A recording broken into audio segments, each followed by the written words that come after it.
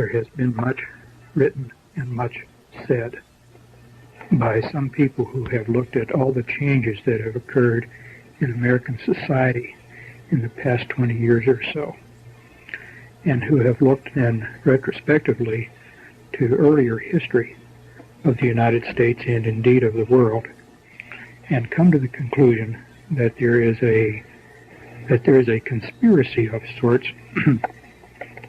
which influences, indeed controls, major historical events not only in the United States but around the world.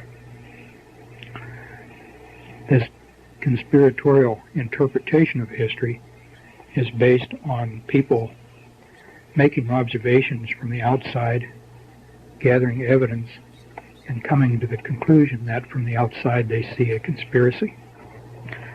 Their evidence and conclusion are based on evidence gathered in retrospect, period. I want to now describe what I heard from a speaker in 1969, which in several weeks will now be 20 years ago. The speaker did not speak in terms of retrospect, but rather predicting changes that would be brought about in the future. The speaker was not looking from the outside in, thinking that he saw conspiracy. Rather, he was on the inside, admitting that indeed there was an organized power, force, group of men who wielded enough influence to determine major events involving countries around the world. And he predicted, or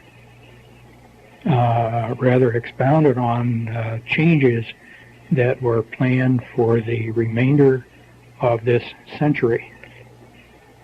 As you listen, if you can recall the situation, at least in the United States in 1969 and the few years thereafter, and then recall the kinds of changes which have occurred between then and now, almost 20 years later,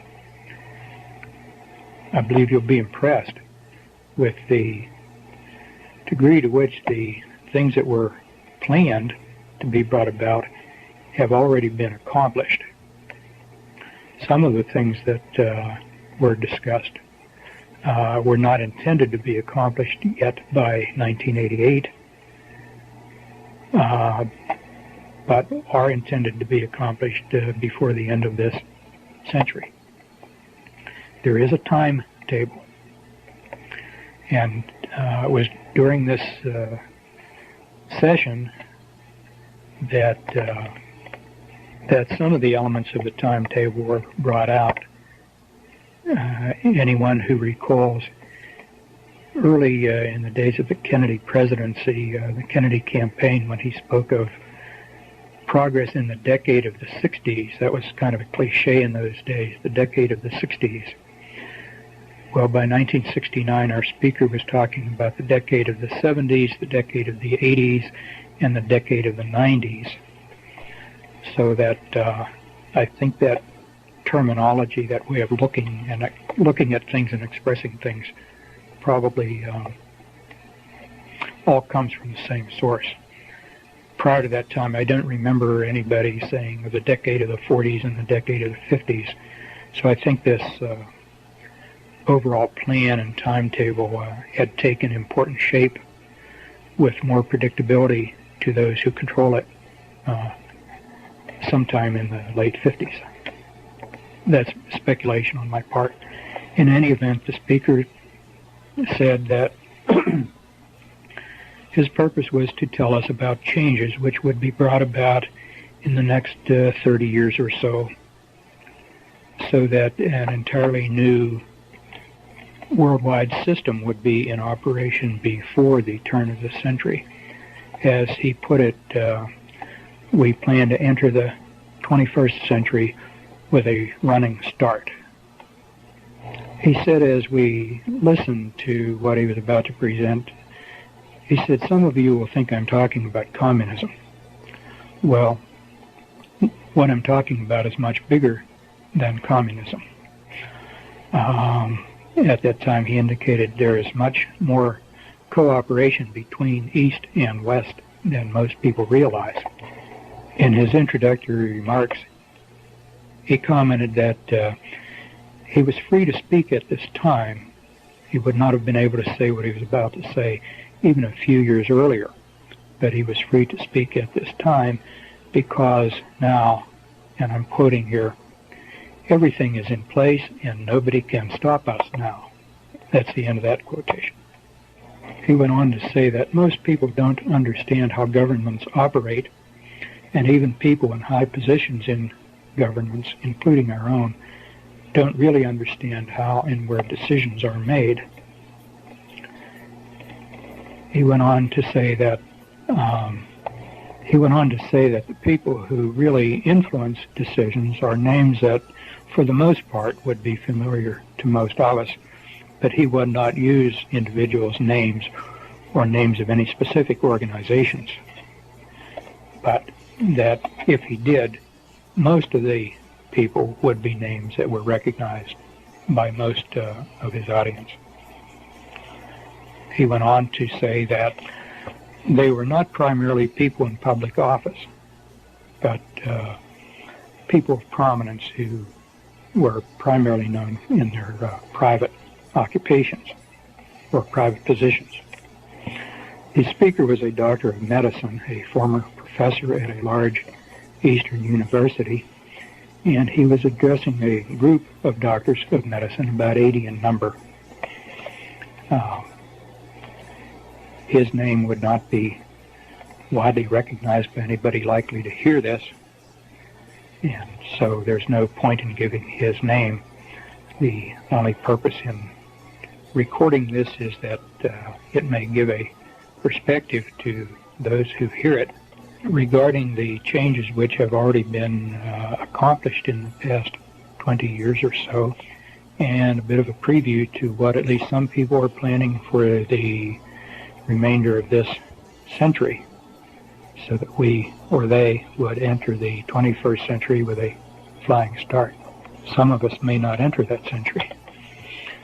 His purpose in telling our group about these changes that were to be brought about was to make it easier for us to adapt to these changes. Indeed, as he quite accurately said, they would be changes that would be very surprising and in some ways difficult for people to accept, and he hoped that we, as sort of his friends, would make the adaptation more easily if we knew somewhat beforehand what to expect. Somewhere in the introductory remarks, he insisted that nobody have a tape recorder and that nobody take notes, which for a professor was a very remarkable kind of thing to expect from an audience. Something in his remarks suggested that there could be negative repercussions against him if it became widely known what he was about to say to our group, if it became widely known that indeed he had spilled the beans, so to speak. When I first heard that, I thought maybe that was sort of an ego trip, somebody enhancing his own importance. But as the revelations unfolded, I began to understand why he might have had some concern about not having it widely known what was said, although this was a fairly public forum where he was speaking. Remarks were delivered, but nonetheless he asked that no notes be taken, no tape recorder be used, suggesting there might be some personal danger to himself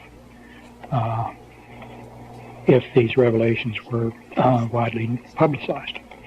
Again, as the remarks began to unfold and some of the rather outrageous things that were said at that time, they certainly seemed outrageous, I made it a point to try to remember as much of what he said as I could, and during the subsequent weeks and months and years to connect my recollections to simple events around me both to aid my memory for the future, in case I wanted to do what I'm doing now, record this, and also to try to maintain a perspective on what would be developing if indeed it followed the predicted pattern, which it has. At this point, so that I don't forget to include it later, I'll just include some statements that were made from time to time throughout the presentation, just having general bearing on the whole presentation. One of the statements was having to do with change. People get used, the statement was, people will have to get used to the idea of change. So used to change that they'll be expecting change. Nothing will be permanent.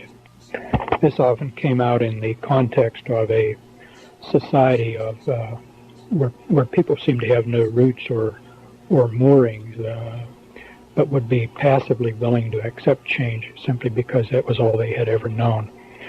This was sort of in contrast to generations of people up until this time, where certain things you expect to be and remain in place as reference points for your life.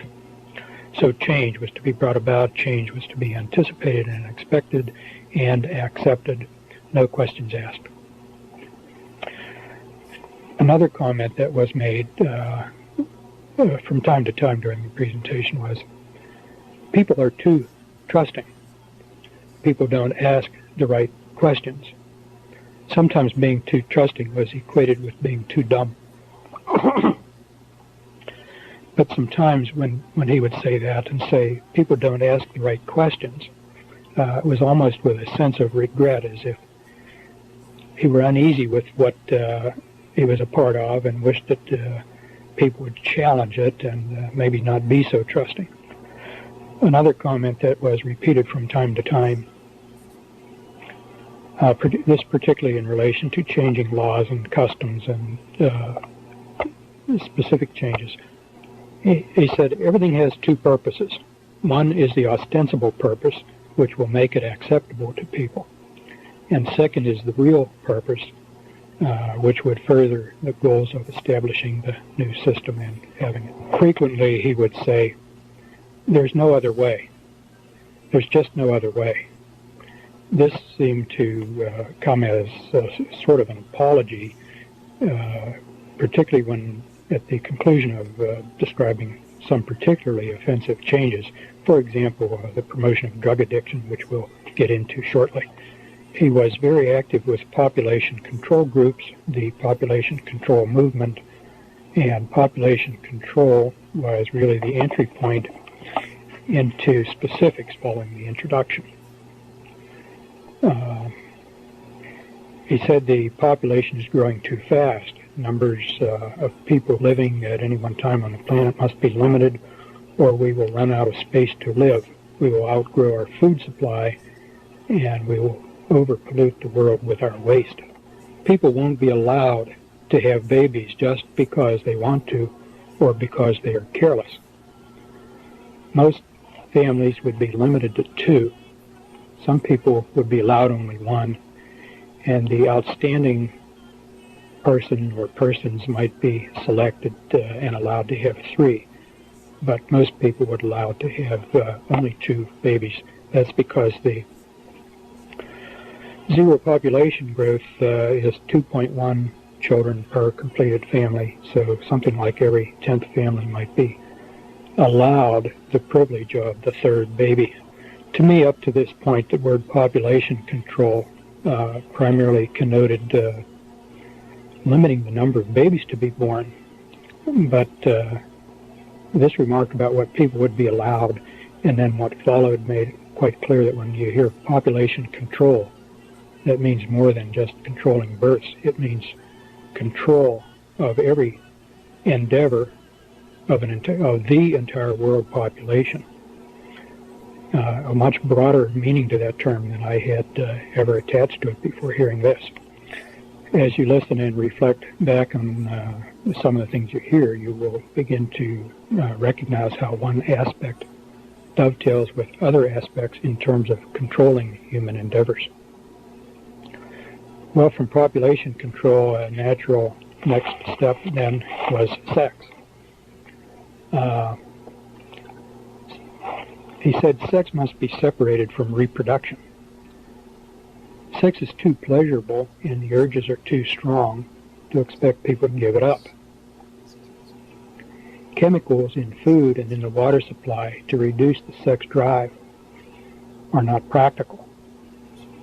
The strategy then would be not to diminish sex activity, but to increase sex activity, but in such a way that people won't be having babies. And the first consideration then here was contraception. Contraception would be very strongly encouraged, and it would be connected so closely in people's minds with sex that they would automatically think contraception when they were thinking or preparing for sex. And contraceptives would be made universally available. Nobody wanting contraception would be find that they were unavailable. Contraceptives would be displayed much more prominently in drugstores and right up with the cigarettes and the chewing gum out in the open rather than hidden under the counter where people would have to ask for them and maybe be embarrassed. This kind of openness was a way of suggesting that contraceptives are just as much part of life as any other item sold in the store. And contraceptives would be advertised. And contraceptives would be dispensed in the schools in association with sex education. The sex education was to get kids interested early, making the connection between sex and the need for contraception early in their lives, even before they became very active. At this point, I was recalling some of my teachers, particularly in high school, and found it totally unbelievable to think of them agreeing to, much less participating in distributing contraceptives to students. But that only reflected my lack of understanding of how these people operate. That was before the school-based clinic programs got started. Many cities in the United States by this time have already set up school-based clinics, which are primarily contraception, birth control, population control clinics. The idea then is that the connection between sex and contraception introduced and reinforced in school would carry over into marriage. Indeed, if young people, when they matured, decided to get married, marriage itself would be diminished in importance. He indicated some recognition that most people probably would want to be married, but that this certainly would not be any longer considered to be necessary for sexual activity. No surprise then that the next item was abortion, and this now back in 1969, 4 years before Roe v. Wade. He said abortion will no longer be a crime. Abortion would be accepted as normal and would be paid for by taxes for people who could not pay for their own abortions. Contraceptives would be made available by tax money so that nobody would have to do without contraceptives. If school sex programs would lead to more pregnancies in children, that was really seen as no problem. Parents who think they are opposed to abortion on moral or religious grounds will change their minds when it is their own child who is pregnant. So this will help overcome opposition to abortion. Before long, only a few diehards will still refuse to see abortion as acceptable, and they won't matter anymore. Homosexuality also was to be encouraged. People will be given permission to be homosexuals. That's the way it was stated. They won't have to hide it. And elderly people will be encouraged to continue to have active sex lives into their very old ages as long as they can. Everyone will be given permission to have sex to enjoy however they want. Anything goes. This is the way it was put. And I remember thinking how arrogant for this individual or whoever he represents to feel that they can give or withhold permission for people to do things. But that was the terminology that was used. In this regard, clothing was mentioned. Clothing styles would be made more stimulating and provocative. Recall back in 1969 was the time of the miniskirt, when those miniskirts were very, very high and very revealing. He said it's not just the amount of skin that is exposed that makes clothing sexually seductive, but other more subtle things are often more suggestive. Things like movement and the cut of clothing and the kind of fabric, the positioning of accessories on the clothing. If a woman has an attractive body, why should she not show it, was one of the statements. There was not detail on what was meant by provocative clothing, but since that time, if you watch the changes in clothing styles, blue jeans are cut in a way that they're much more tight-fitting through the crotch. They form wrinkles. Wrinkles essentially are arrows, lines which direct one's vision to certain anatomic areas. And this was around the time of the burn your bra activity. He indicated that a lot of women should not go without a bra. They need a bra to be attractive. So instead of banning bras and burning them, bras would come back, but they would be thinner and softer, allowing more natural movement. It was not specifically stated, but certainly a very thin bra is much more revealing of the nipple and what else is underneath than heavier bras that were in style up to that time. Technology. Earlier he said sex and reproduction would be separated. You would have sex without reproduction, and then technology was reproduction without sex. This would be done in the laboratory. Indicated already much research was underway about making babies in the laboratory. There was some elaboration on that, but I don't remember the details. How much of that technology has come to my attention since that time, I don't remember. I don't remember in a way that I can distinguish what was said from what I subsequently have just learned as general medical information. Families. Families would be limited in size. We already alluded to not being allowed more than 2 children. Divorce would be made easier and more prevalent. Most people who marry will marry more than once. More people will not marry. Unmarried people would stay in hotels and even live together. That would be very common. Nobody would even ask questions about it. It would be widely accepted as no different from married people being together. More women will work outside the home. More men will be transferred to other cities in their jobs. More men would travel into work. Therefore, it would be harder for families to stay together. This would tend to make the marriage relationship less stable, and therefore tend to make people less willing to have babies. And the extended family would be smaller and more remote. Travel would be easier, less expensive for a while, so that people who did have to travel would feel that they could get back to their families, not that they were abruptly being made remote from their families. But one of the net effects of easier divorce laws, combined with the promotion of travel and transferring families from one city to another, was to create instability in the families. If both husband and wife are working and one partner gets transferred, the other one may not be easily transferred. So one either gives up his or her job and stays behind while the other leaves, or else gives up the job and risks not finding employment in the new location. Rather diabolical approach to this whole thing.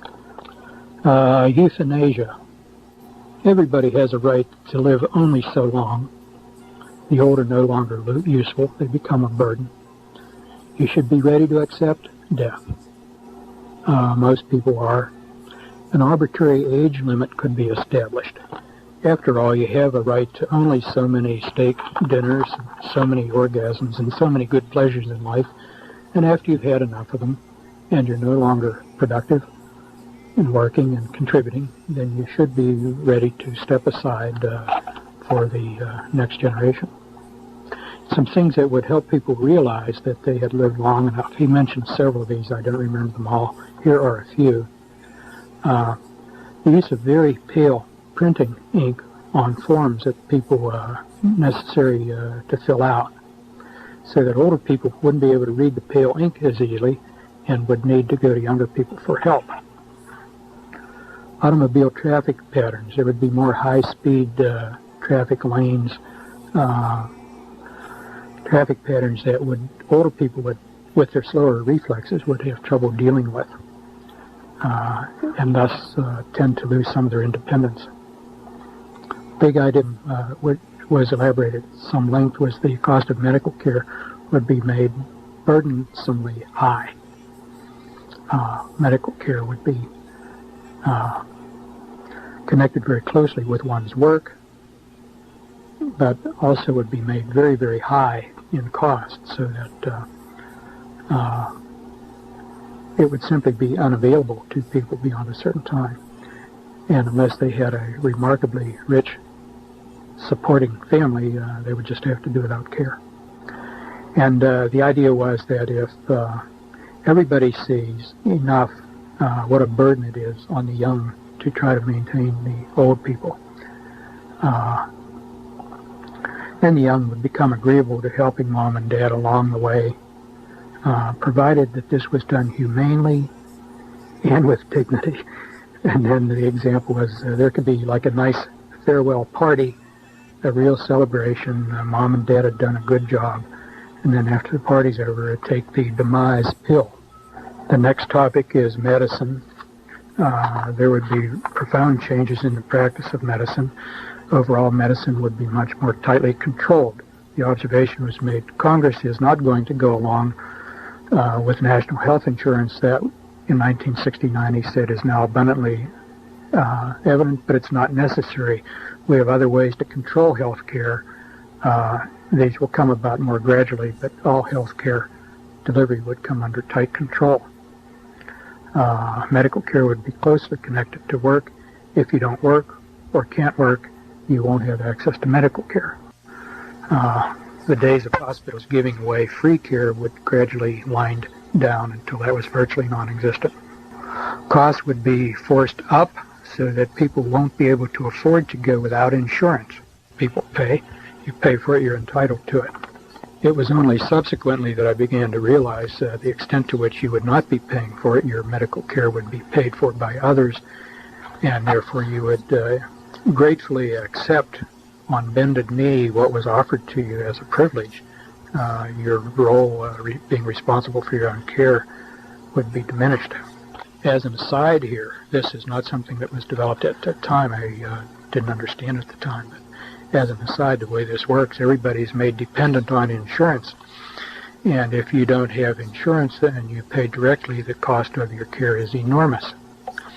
The insurance company, however, paying for your care does not pay that same amount. If you are charged, say, $600 for the use of an operating room, the insurance company does not pay $600 on your part. They pay $300 or $400. And that differential in billing has the desired effect. It enables the insurance company to pay for that which you could never pay for. They get a discount that's unavailable to you. When you see your bill, you're grateful that the insurance company can do that, and in this way you are dependent and virtually required to have insurance. The whole billing is fraudulent. Anyhow, continuing on now, access to hospitals would be tightly controlled. Identification will be needed to get into the building. Security in and around hospitals would be established and gradually increased. so that nobody without identification could get in or move around inside the building. Theft of hospital equipment, things like typewriters and microscopes and so forth, would be allowed, and exaggerated. Reports of it would be exaggerated, so that this would be the excuse needed to establish the need for strict security until people got used to it. And anybody moving about in a hospital would be required to wear an identification badge with a photograph and telling why he was there, employee or lab technician or visitor or whatever. And this is to be brought in gradually, getting everybody used to the idea of identifying themselves until it was just accepted. This need for ID to move about would start in small ways, hospitals, some businesses, but gradually expand to include everybody in all places.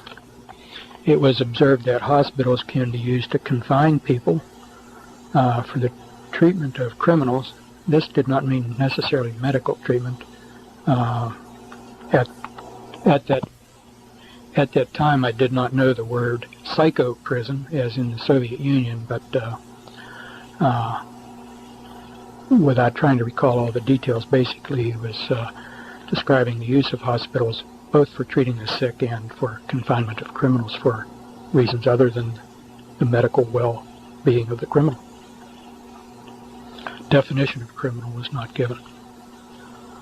The image of the doctor would change. No longer would he be seen as an individual professional in service to individual patients, but the doctor would be gradually recognized as a highly skilled technician,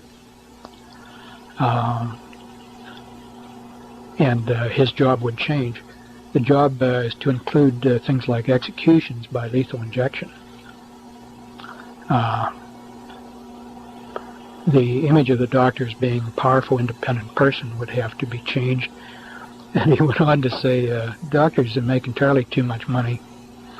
They should advertise like any other product. Lawyers would be advertising too. Keep in mind, this was an audience of doctors being addressed by a doctor, and it was interesting that he would make some rather insulting statements to his audience without fear of antagonizing us. The solo practitioner would become a thing of the past. A few diehards might try to hold out, but most doctors would be employed by an institution of one kind or another. Group practice would be encouraged, corporations would be encouraged, and then once the corporate image of medical care, as this gradually became more and more acceptable, doctors would more and more become employees rather than independent contractors. And along with that, of course, unstated but necessary, is the employee serves his employer, not his patient. So that's, and we've already seen quite a lot of that in the last 20 years, and apparently more on the horizon. The term HMO was not used at that time, but as you look at HMOs, you see this is the way that medical care is being taken over since the national health insurance approach did not get through the Congress. A few diehard doctors may try to make a go of it, remaining in solo practice, remaining independent, which parenthetically is me. But they would suffer great loss of income. They'd be able to scrape by maybe, but never really live comfortably as those who were willing to become employees of the system. Ultimately, there would be no room at all for the solo practitioner after the system is entrenched. Next heading to talk about is health and disease. He said there would be new diseases to appear, which had not ever been seen before, would be very difficult to diagnose and be untreatable, at least for a long time. No elaboration was made on this, but I remember not long after hearing this presentation, when I had a puzzling diagnosis to make, I would be wondering, is this what he was talking about? Is this a case of what he was talking about? Some years later, as AIDS ultimately developed, I think AIDS was at least one example of what he was talking about. I now think that AIDS probably is a manufactured disease. Cancer. He said we can cure almost every cancer right now. Information is on file in the Rockefeller Institute if it's ever decided that it should be released. But consider, if people stopped dying of cancer, how rapidly we would become overpopulated. You may as well die of cancer as something else. Efforts at cancer treatment would be geared more toward comfort than toward cure. There was some statement that ultimately the cancer cures which were being hidden in the Rockefeller Institute would come to light because independent researchers might bring them out despite these efforts to suppress them. But at least for the time being, letting people die of cancer was a good thing to do because it would slow down the problem of overpopulation. Another very interesting thing was heart attacks. He said, there is now a way to simulate a real heart attack. It can be used as a means of assassination. Only a very skilled pathologist who knew exactly what to look for at an autopsy could distinguish this from the real thing. I thought that was a very surprising and shocking thing to hear from this particular man at that particular time. This and the business of the cancer cure really still stand out sharply in my memory because they were so shocking and at that time seemed to me out of character. He then went on to talk about nutrition and exercise, sort of in the same framework. People would have to eat right and exercise right to live as long as before. Most won't. This in the connection of nutrition, there was no specific statement that I can recall as to particular nutrients that would be either inadequate or in excess. In retrospect, I tend to think he meant high salt diets and high fat diets would predispose toward high blood pressure and premature arteriosclerotic heart disease, and that if people were too dumb or too lazy to exercise as they should, then their circulating fats would go up and predispose to disease. And he said something about diet information, about proper diet would be widely available, but most people, particularly stupid people who had no right to continue living anyway, they would ignore the advice and just go on and eat what was convenient and tasted good. There were some other unpleasant things said about food. I just can't recall what they were, but I do remember of having reflections about wanting to plant a garden in the backyard to get around whatever these contaminated foods would be. I regret I don't remember the details, the rest of this about nutrition and hazardous nutrition. With regard to exercise, he went on to say that more people would be exercising more, especially running, because everybody can run. You don't need any special equipment or place. You can run wherever you are. As he put it, people will be running all over the place.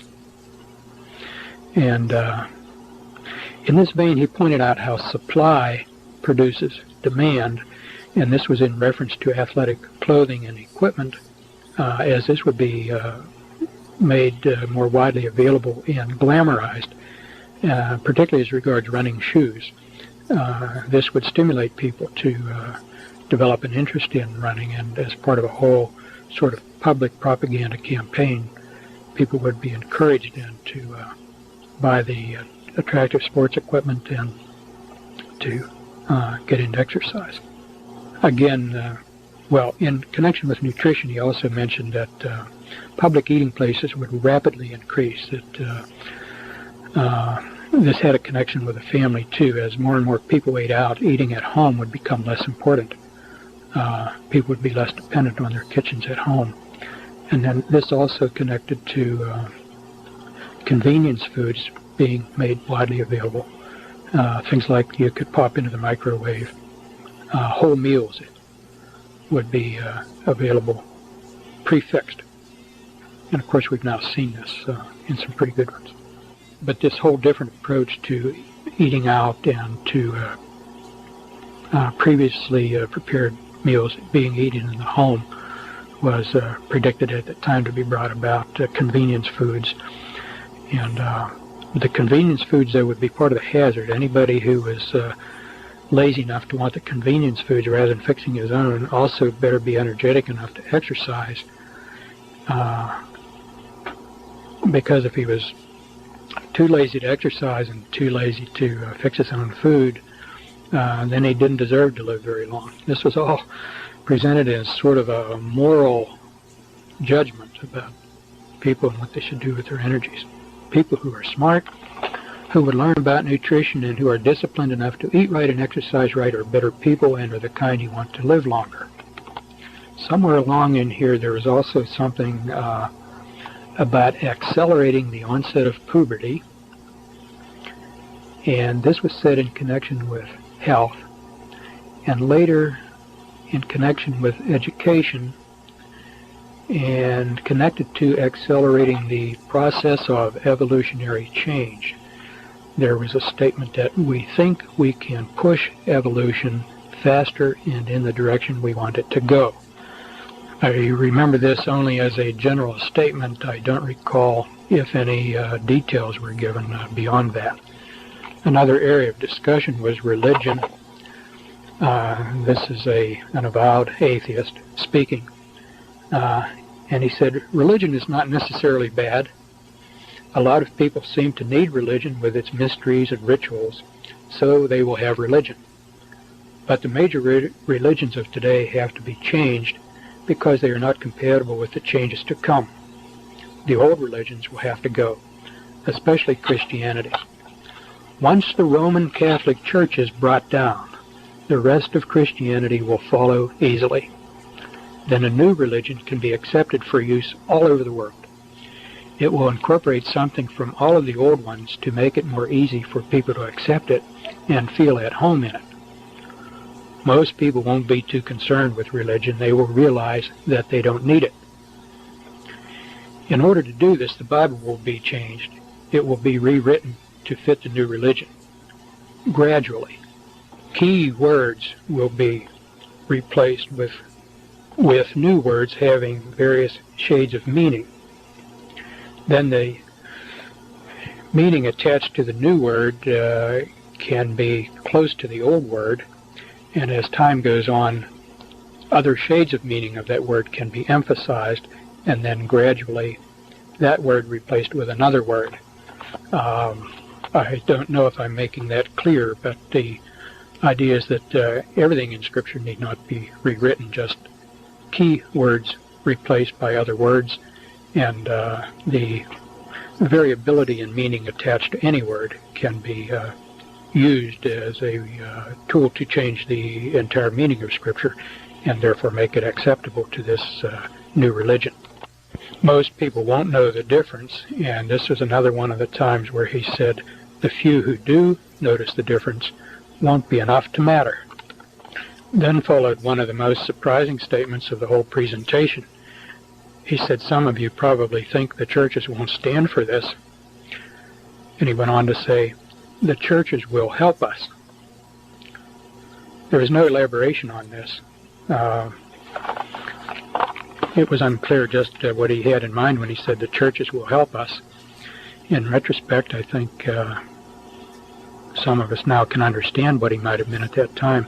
I recall then only of thinking, no, they won't, and remembering our Lord's words where he said to Peter, thou art Peter, and upon this rock I will build my church, and the gates of hell will not prevail against it. So, yes, some people in the churches might help, and in the subsequent 20 years we've seen how some people in churches have helped. But we also know that our Lord's words will stand, and the gates of hell will not prevail. Another area of discussion was education, and one of the things in connection with education that I remember connecting with what he said about religion was, in addition to changing the Bible, he said that classics in literature would be changed. I seem to recall Mark Twain's writings was given as one example.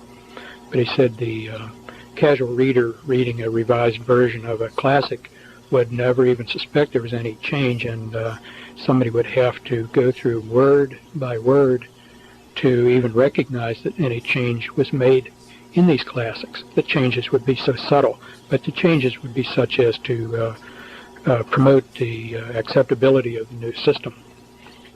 As regards education, he indicated that kids would spend more time in schools, but in many schools they wouldn't learn anything. They'll learn some things, but not as much as formerly. Better schools in better areas with better people, their kids will learn more. In the better schools, learning would be accelerated. And this was another time where he said, we think we can push evolution. By pushing kids to learn more, he seemed to be suggesting that their brains would evolve and that their offspring then would evolve, sort of pushing evolution in where kids would learn and be more intelligent at a younger age, as if this pushing would alter their physiology. Overall, schooling would be prolonged. This meant prolonged throughout the school year. I'm not sure what he said about a long school day. I do remember he said that school was planned to go all summer, that the summer school vacation would become a thing of the past, not only for schools but for other reasons. People would begin to think of vacation times year-round, not just in the summer.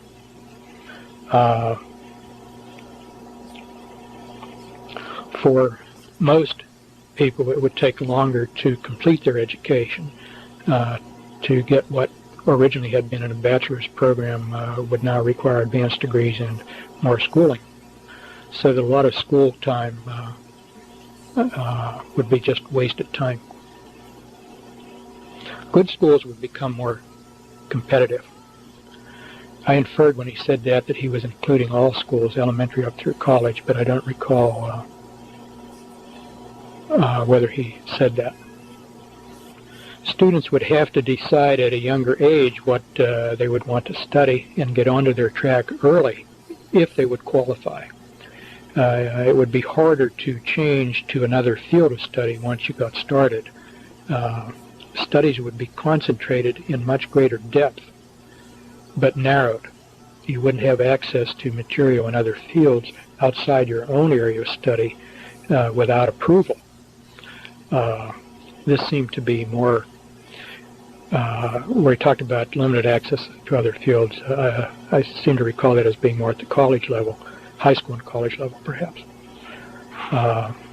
People would be very specialized in their own area of expertise, but they won't be able to get a broad education and won't be able to understand what is going on overall. He was already talking about computers in education, and at that time he said anybody who wanted computer access or access to books that were not directly related to their field of study would have to have a very good reason for so doing, otherwise access would be denied. Another angle was that the schools would become more important in people's overall life. Kids, in addition to their academics, would have to get into school activities unless they wanted to feel completely out of it. But spontaneous activities among kids, the thing that came to my mind when I heard this was sandlot football and sandlot baseball teams that we worked up as kids growing up.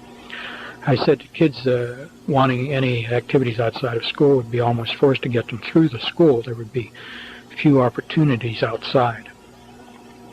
Now the pressures of the accelerated academic program and accelerated demands where kids would feel they had to be part of something, one or another athletic club or some school activity.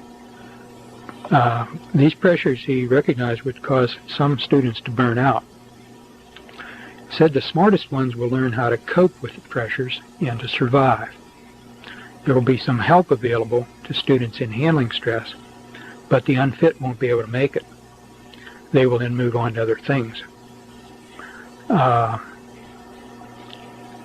In this connection, and later on in the connection with drug abuse and alcohol abuse, he indicated that psychiatric services to help would be increased dramatically.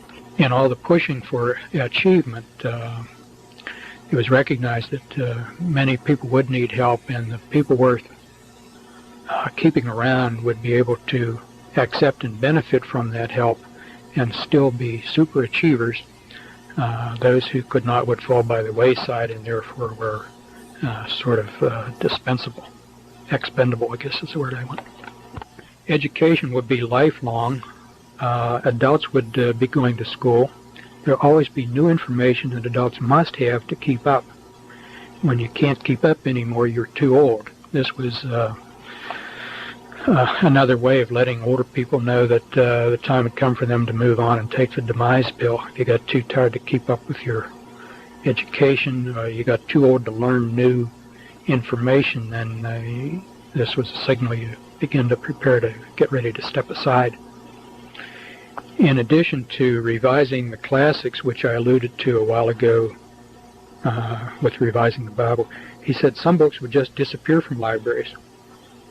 This was in the vein that some books contain information or contain ideas that should not be kept around, and therefore those books would disappear. I don't remember exactly if he said how this was to be accomplished, but I seem to recall carrying away the idea that this would include thefts, that certain people would be designated to go to certain libraries and pick up certain books and just get rid of them. Not necessarily as a matter of policy, just simply steal it. Further down the line, not everybody will be allowed to own books, and some books nobody will be allowed to own. Another area of discussion was laws that would be changed. At that time, a lot of states had blue laws about Sunday sales and certain Sunday activities. They said the blue laws would all be repealed. Gambling laws would be repealed or relaxed so that gambling would be increased. Indicated then that governments would get into gambling. We've had a lot of state lotteries pop up around the country since then, and at the time we were already being told that would be the case. Why should all that gambling money be kept in private hands when the state could benefit from it, was the rationale behind it. But people should be able to gamble if they want to, so it would become a civil activity rather than a private or illegal activity. Bankruptcy laws would be changed. I don't remember the details, but just that they would be, and I know subsequent to that time they have been. Antitrust laws would be changed or be interpreted differently, or both. In connection with the changing antitrust laws, there was some statement that, in a sense, competition would be increased. But this would be increased competition within otherwise controlled circumstances. So it's not a free competition. I recall having the impression that it was like competition, but within members of a club. There would be nobody outside the club who would be able to compete. Sort of like teams competing within a professional sports league. If you're in the NFL or the American or National Baseball leagues, you compete within the league, but the league is all in agreement on what the rules of competition are. Not a really free competition. Drug use would be increased, alcohol abuse would be increased, and law enforcement efforts against drugs would be increased. On first hearing that, it sounded like a contradiction. Why increase drug abuse and simultaneously increase law enforcement against drug abuse? But the idea is that in part the increased availability of drugs would provide a sort of law of the jungle whereby the weak and the unfit would be selected out. There was a statement made at that time, before the earth was overpopulated, there was a law of the jungle where only the fittest survived. You had to be able to protect yourself against the elements and wild animals and disease, and if you were fit, you survived. But now that we've become so civilized, we're over-civilized, and the unfit are able to survive only at the expense of those who are more fit. And the abuse of drugs then would restore, in a certain sense, the law of the jungle and selection of the fittest for survival. News about drug abuse and law enforcement efforts would tend to keep drugs in the public consciousness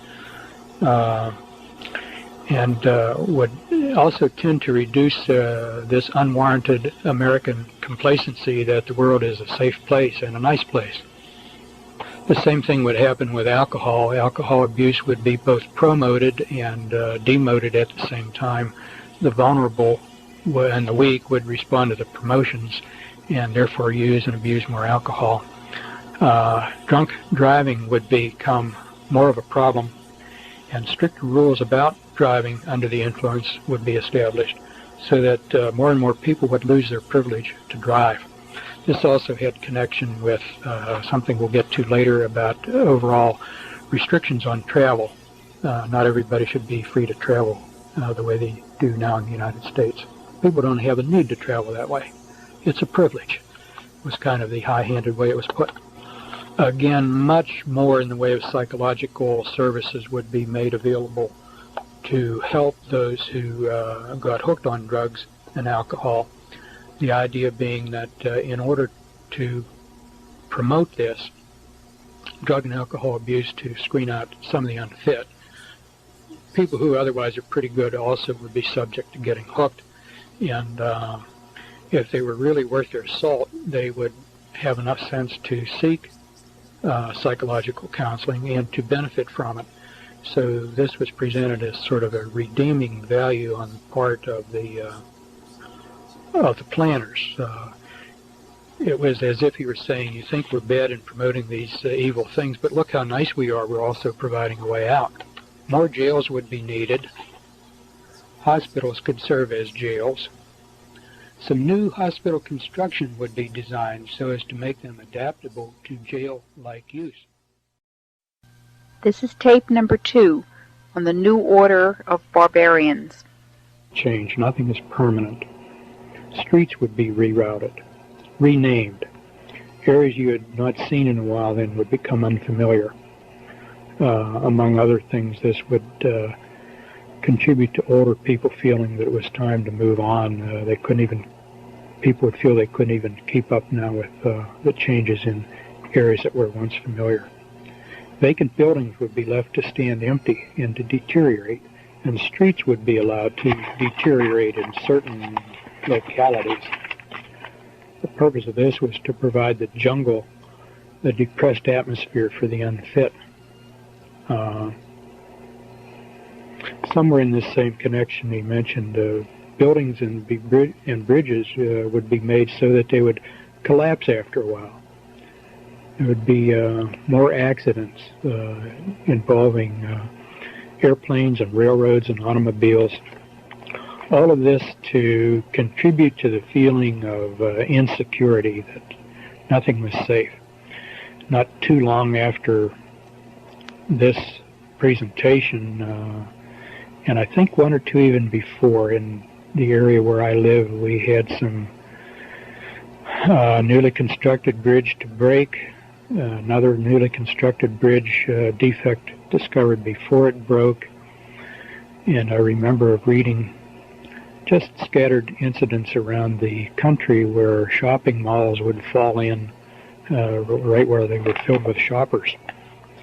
And I remember that one of the shopping malls in our area, first building I'd ever been in where you could feel this vibration throughout the entire building when there were a lot of people in there. And I remember wondering at that time whether this shopping mall was one of the buildings he was talking about. Talking to construction people and architects about it, they'd say, oh no, that's good. Buildings vibrate like that. That means it's flexible and not rigid. Well, maybe so. We'll wait and see. Other areas, though, would be well maintained. Not every part of the city would be slummed. There would be the created slums and other areas well maintained. Those people able to leave the slum for better areas then would learn to better appreciate the importance of human accomplishment.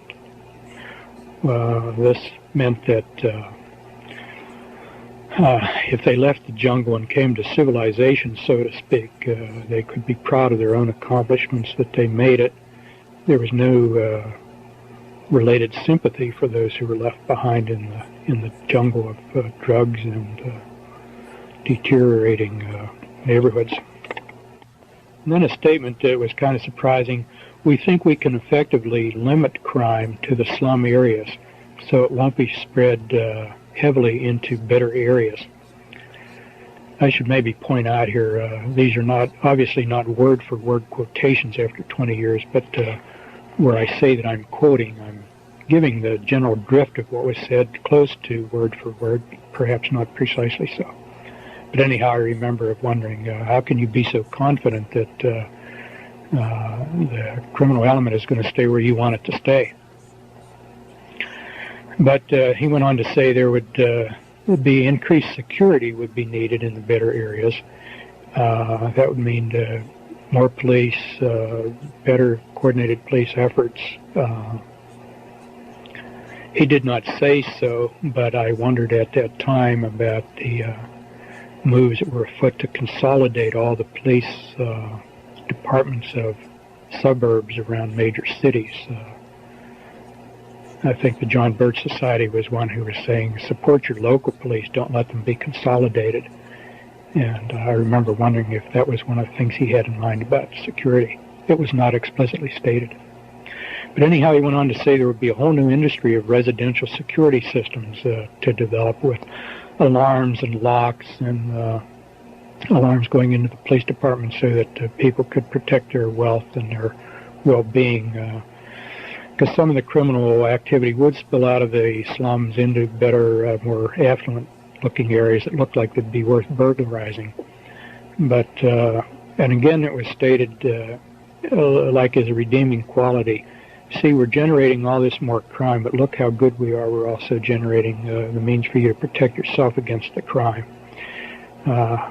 Sort of repeated thing throughout this presentation was the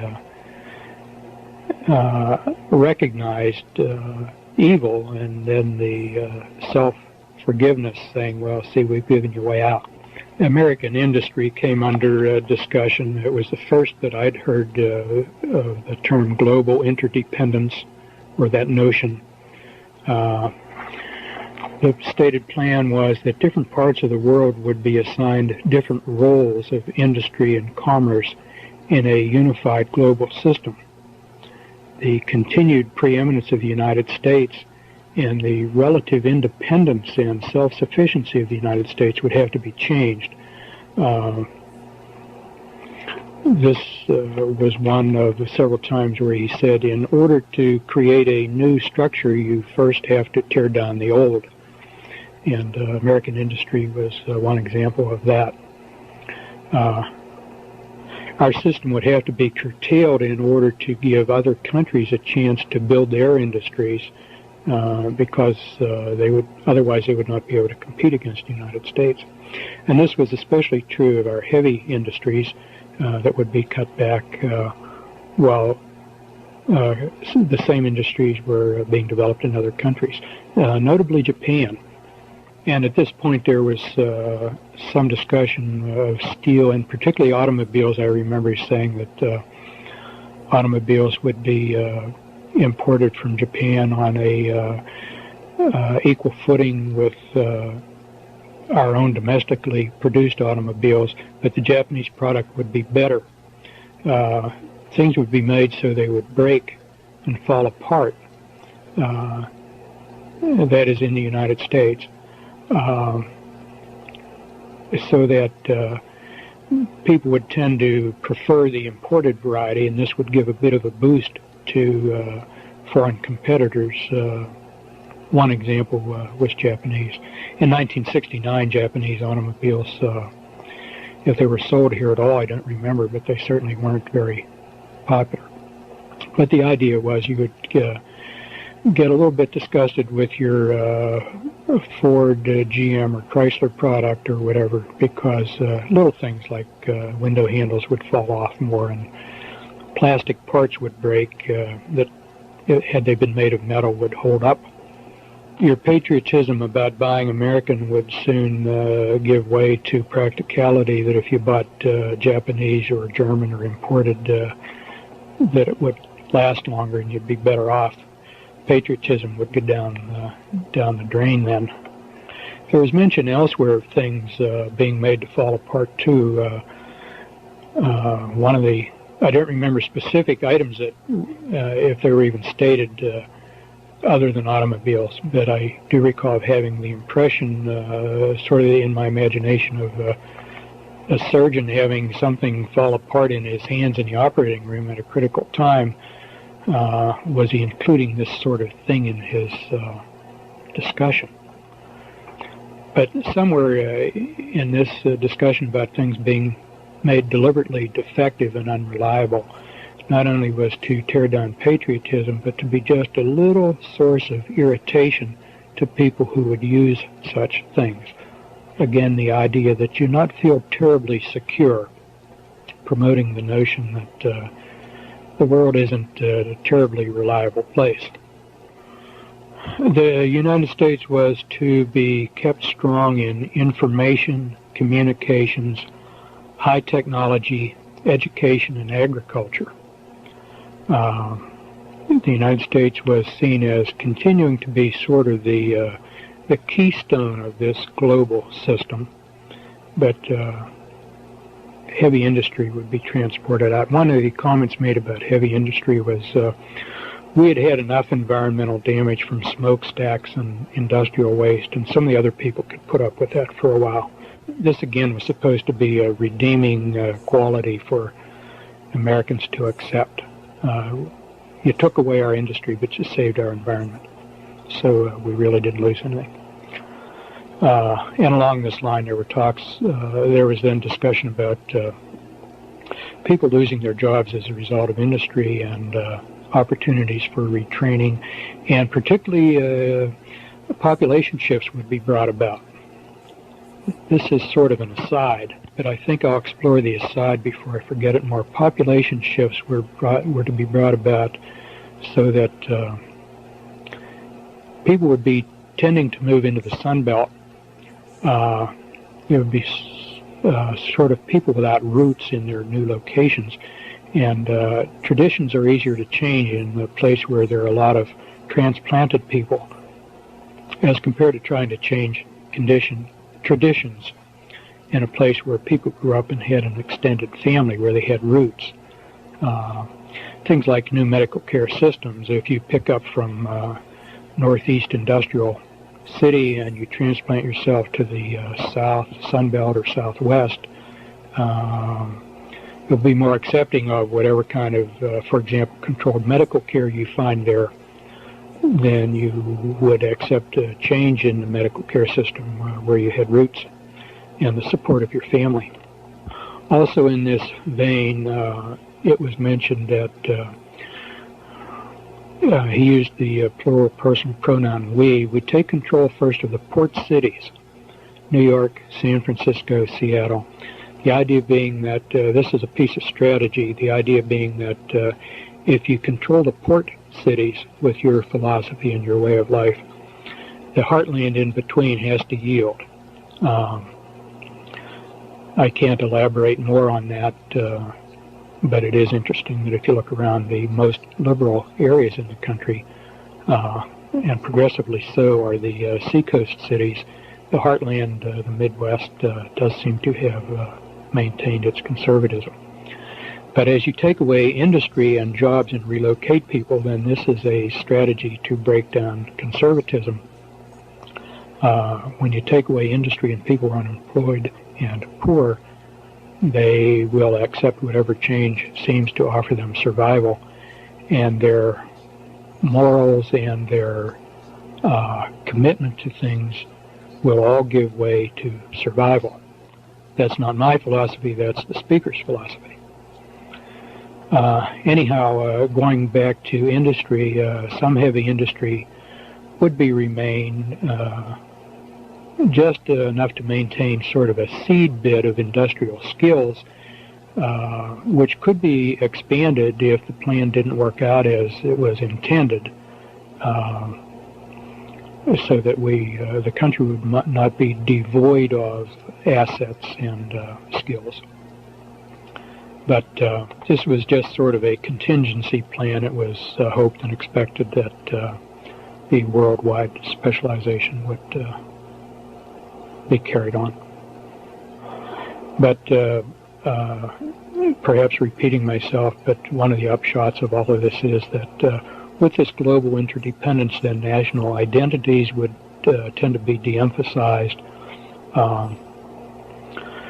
Each area dependent on every other area for one or another elements in its life. We would all become citizens of the world rather than citizens of any one country. And along these lines, then, we can talk about sports. Sports in the United States was to be changed in part as a way of de-emphasizing nationalism.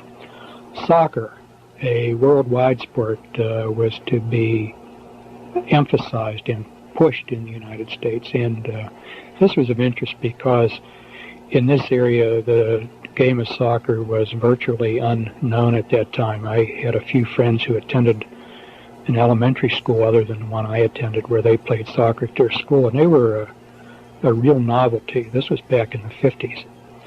So to hear this man speak of soccer in this area was kind of surprising. But anyhow, soccer is seen as an international sport and would be promoted, and the traditional sport of American baseball would be de-emphasized and possibly eliminated. Eliminated because it might be seen as too American.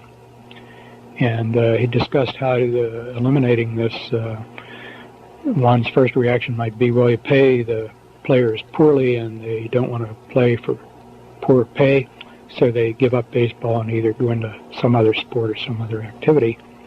But he said that's really not how it works. Actually, the way to break down the baseball would be to make the salaries go very high.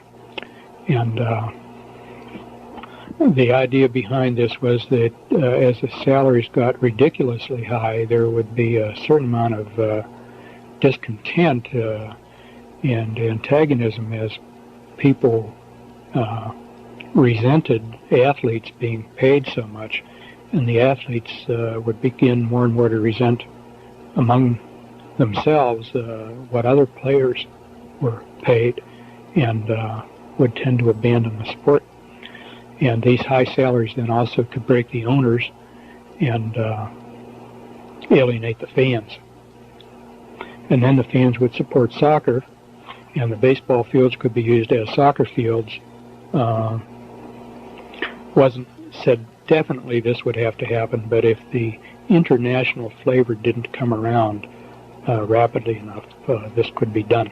There was some comment along the same lines about football, although I seem to recall he said football would be harder to dismantle because it was so widely in the colleges as well as the professional leagues, and would be harder to tear down. And there was something also about the violence in football that met a psychological need that was perceived, and people have a need for this vicarious violence, and so football, for that reason, might be left around to meet that vicarious need.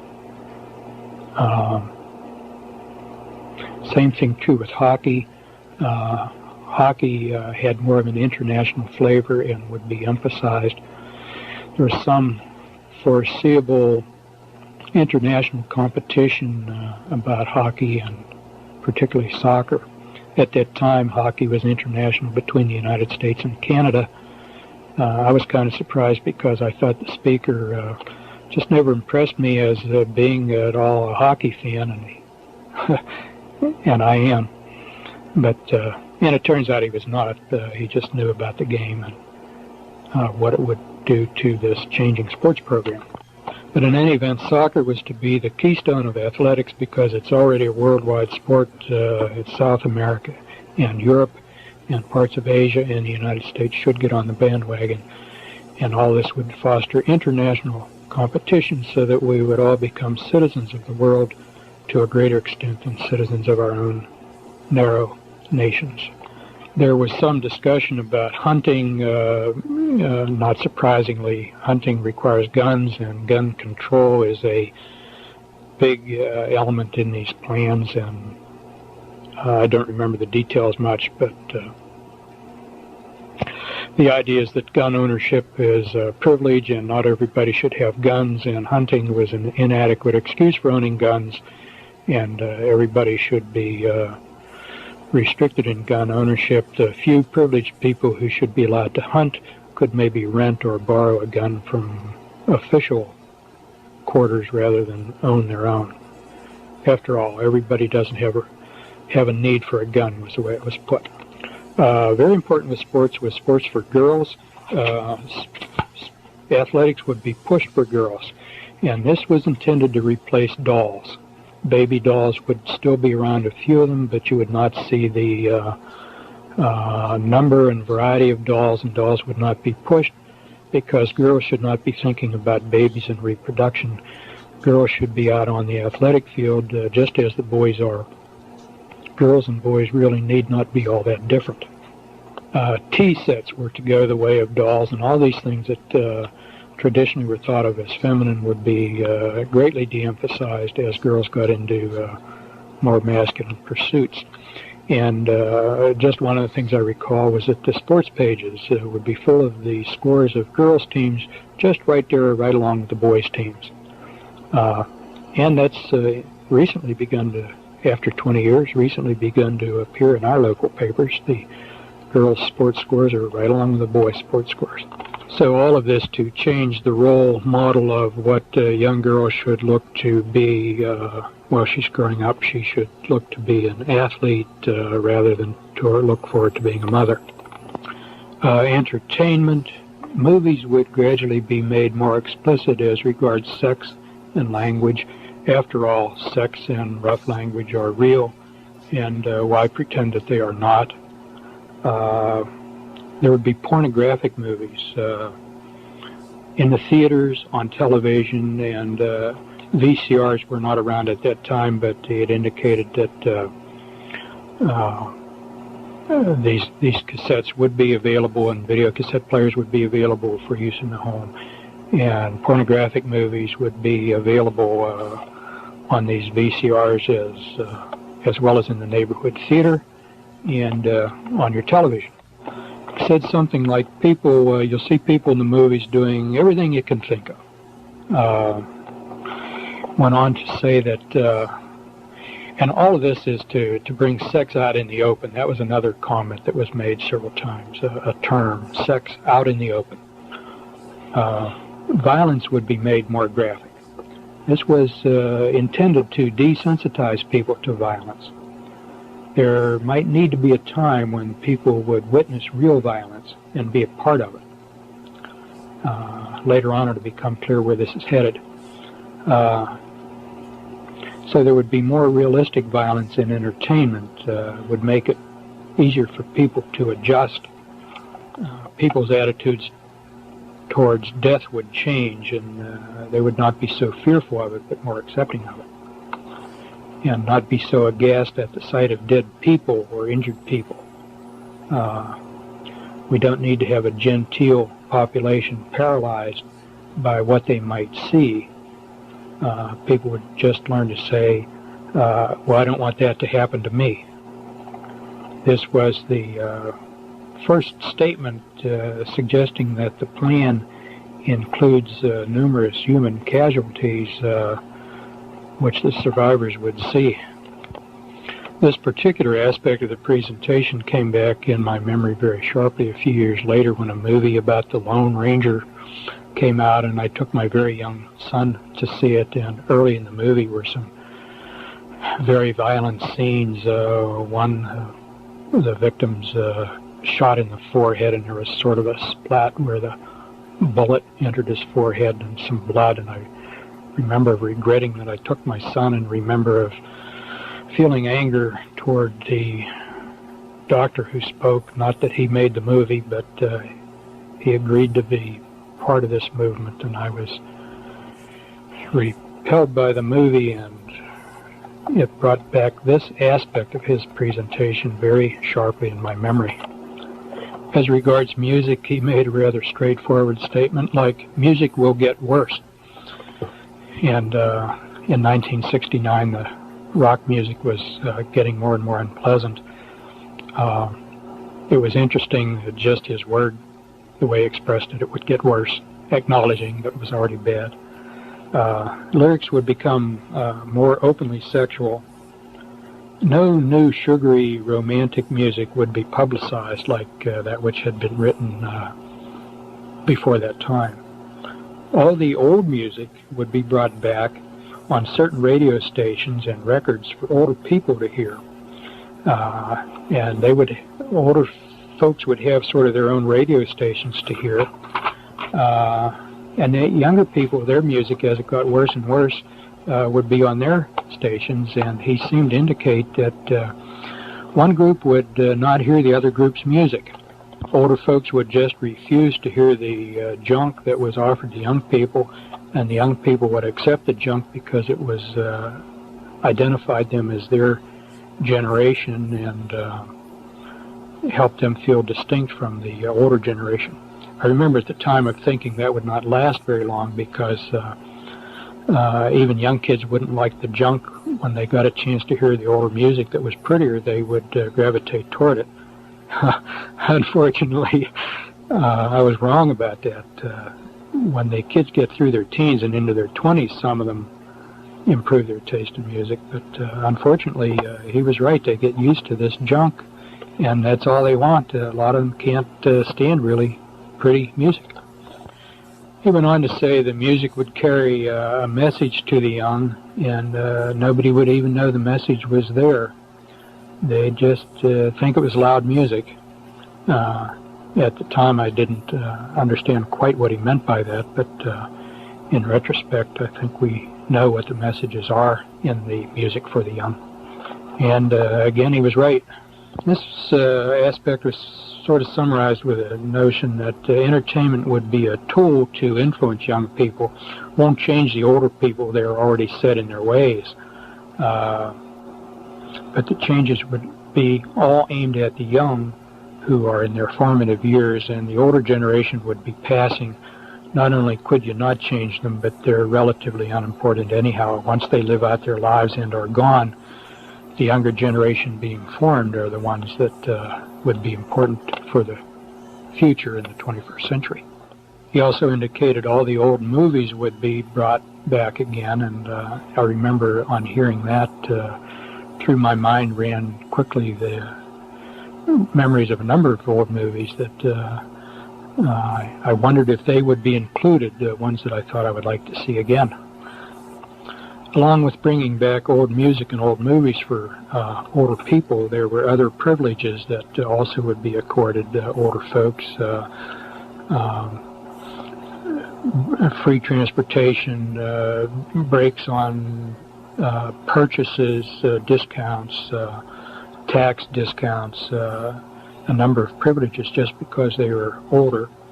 And this was stated to be sort of a reward for the generation which had grown up through the Depression and had survived the rigors of World War II. They had deserved it, and they were going to be rewarded with all these goodies.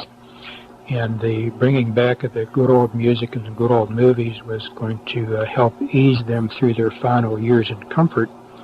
Then the presentation began to get rather grim, because once that generation passed, and that would be in the late 80s and the early 90s, where we are now, most of that group would be gone.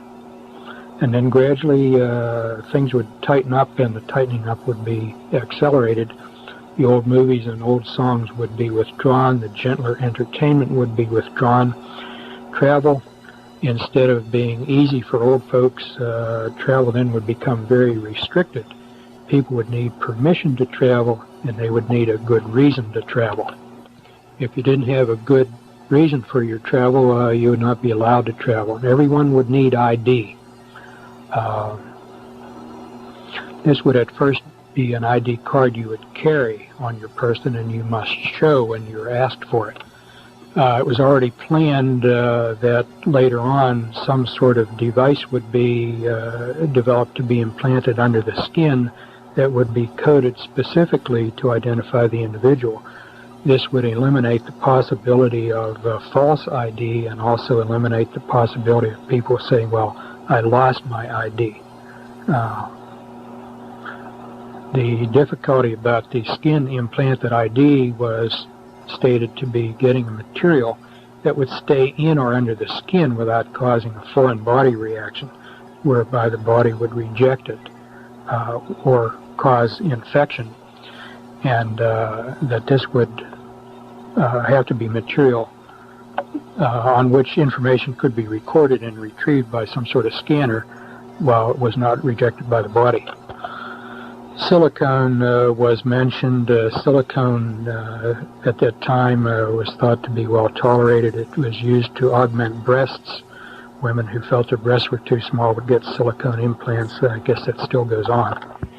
In any event, silicone was seen at that time as the promising material to do both, to be retained in the body without rejection and to be able to retain information retrievable by electronic means. Food. Food supply would come under tight control. If population growth didn't slow down, food shortages could be created in a hurry, and people would realize the dangers of overpopulation. Ultimately, whether the population slows down or not, though, the food supply is to be brought under centralized control so that people would have enough to be well nourished, but they would not have enough to support any fugitive from the new system. In other words, if you had a friend or relative who didn't sign on, and growing one's own food would be outlawed. This would be done under some sort of pretext. In the beginning, I mentioned there were two purposes for everything. One, the ostensible purpose, and two, the real purpose. And an ostensible purpose here would be that growing your own vegetables was unsafe, it would spread disease or something like that. So the acceptable idea was to protect the consumer, but the real idea is to limit the food supply, and growing your own food would be illegal. And if you persist in illegal activities like growing food, then you're a criminal. There was a mention then of weather, W-E-A-T-H-E-R. This was another really striking statement. He said, we can, or soon will be able to control the weather. He said, I'm not merely referring to dropping iodide crystals into clouds to precipitate rain that's already there, but real control. And weather was seen as a weapon of war, a weapon of influencing public policy. You could make rain or withhold rain in order to influence certain areas and bring them under your control. There were two sides to this that were kind of striking. He said, on the one hand, you can make drought during the growing season so that nothing will grow, and on the other hand, you can make for very heavy rains during the harvest seasons so that the fields are too muddy to bring in the harvest, and indeed one might be able to do both. There was no statement how this would be done. It was stated that it was either already possible or very, very close to being possible. Politics. He said, very few people know how government really works. Something to the effect that elected officials are influenced in ways that they don't even realize. And they carry out plans that have been made for them, and they think they are making, that they are authors of the plans. But actually they've been, are manipulated in ways that they don't understand. Somewhere in the presentation he made two statements that I want to insert at this time.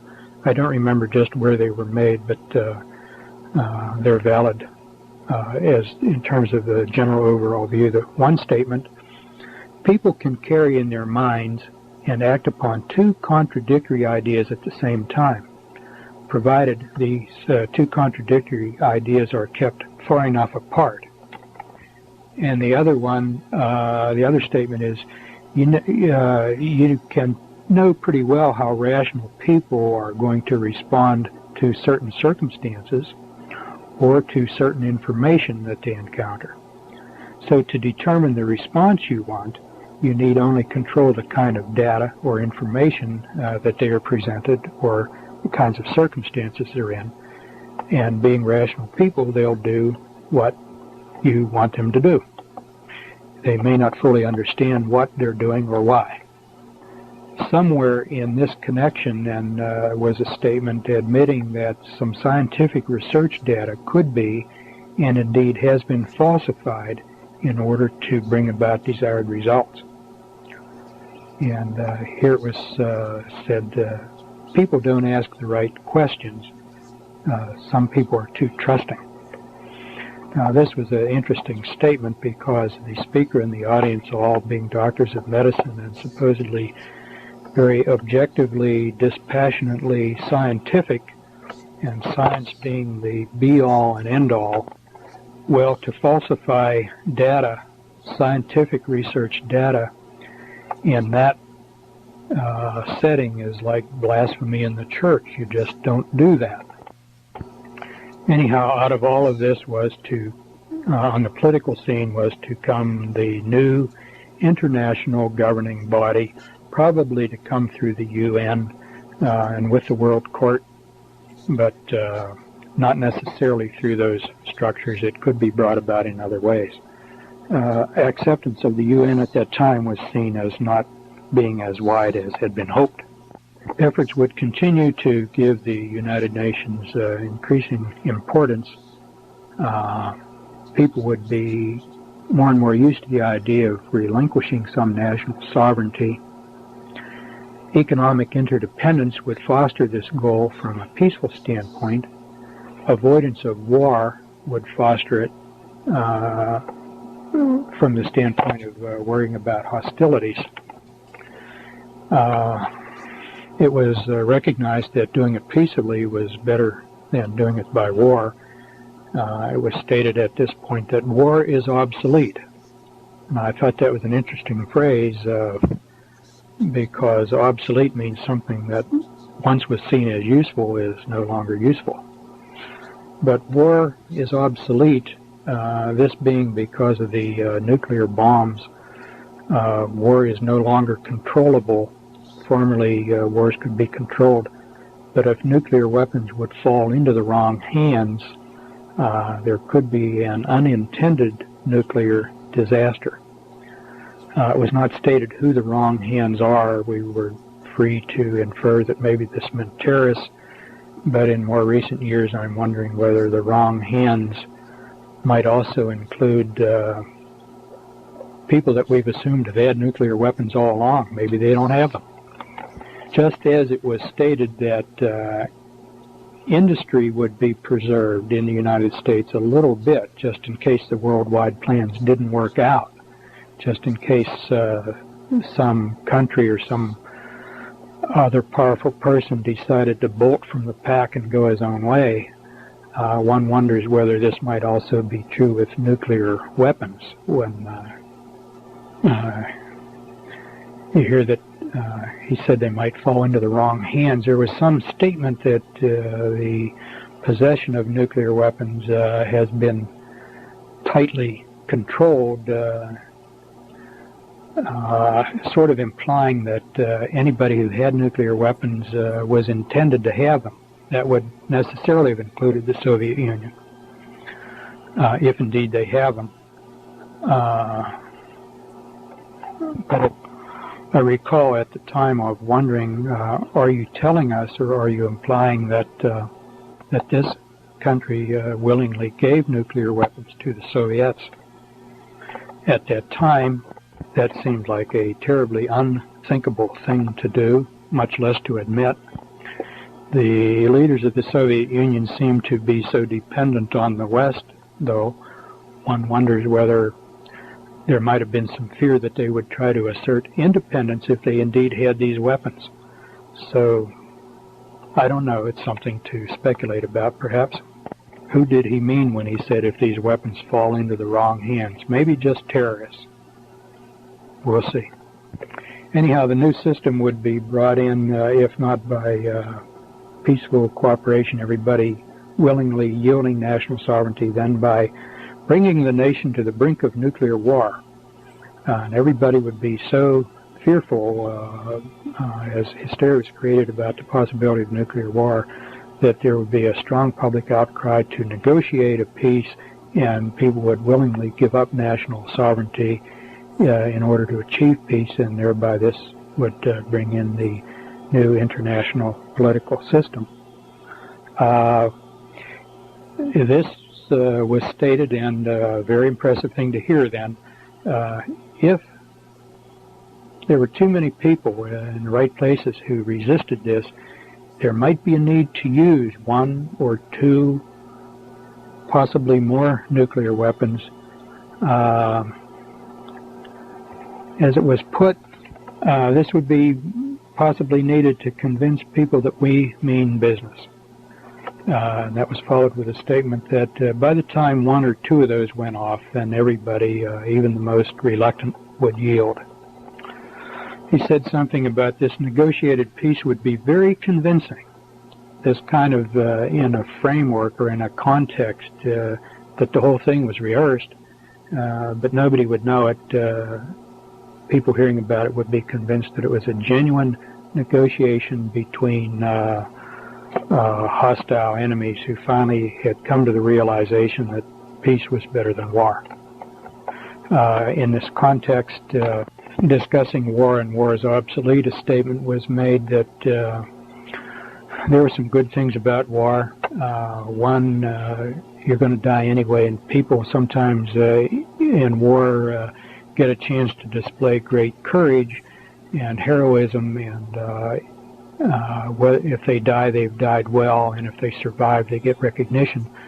So that in any case, the hardships of war on the soldiers are worth it, because that's the reward they get out of their warring. Another justification for war expressed was, if you think of the many millions of casualties in World War I and World War II, well, suppose all those people had not died but continued to live and continued to have babies. There would be millions upon millions, and we would already be overpopulated. So those two great wars served a benign purpose in delaying overpopulation. But now there are technological means for the individual and governments to control overpopulation. So in this regard, war is obsolete. It's no longer needed. And then it's, again, it's obsolete because nuclear weapons could destroy the whole universe. War which once was controllable could get out of control. And so for these two reasons, it's now obsolete. There was a discussion of terrorism. Terrorism would be used widely in Europe and other parts of the world. Terrorism at that time was felt would not be necessary in the United States. It possibly could become necessary if the United States did not move rapidly enough into accepting the system. But at least in the foreseeable future, it was not planned, and very benignly on their part. Maybe terrorism would not be required here, but the implication being that it would be indeed used if it was necessary. Along with this came a little bit of a scolding that Americans have had it too good anyway, and just a little bit of terrorism would help convince Americans that the world indeed is a dangerous place, or can be if we don't relinquish control to the proper authorities. There was discussion of money and banking.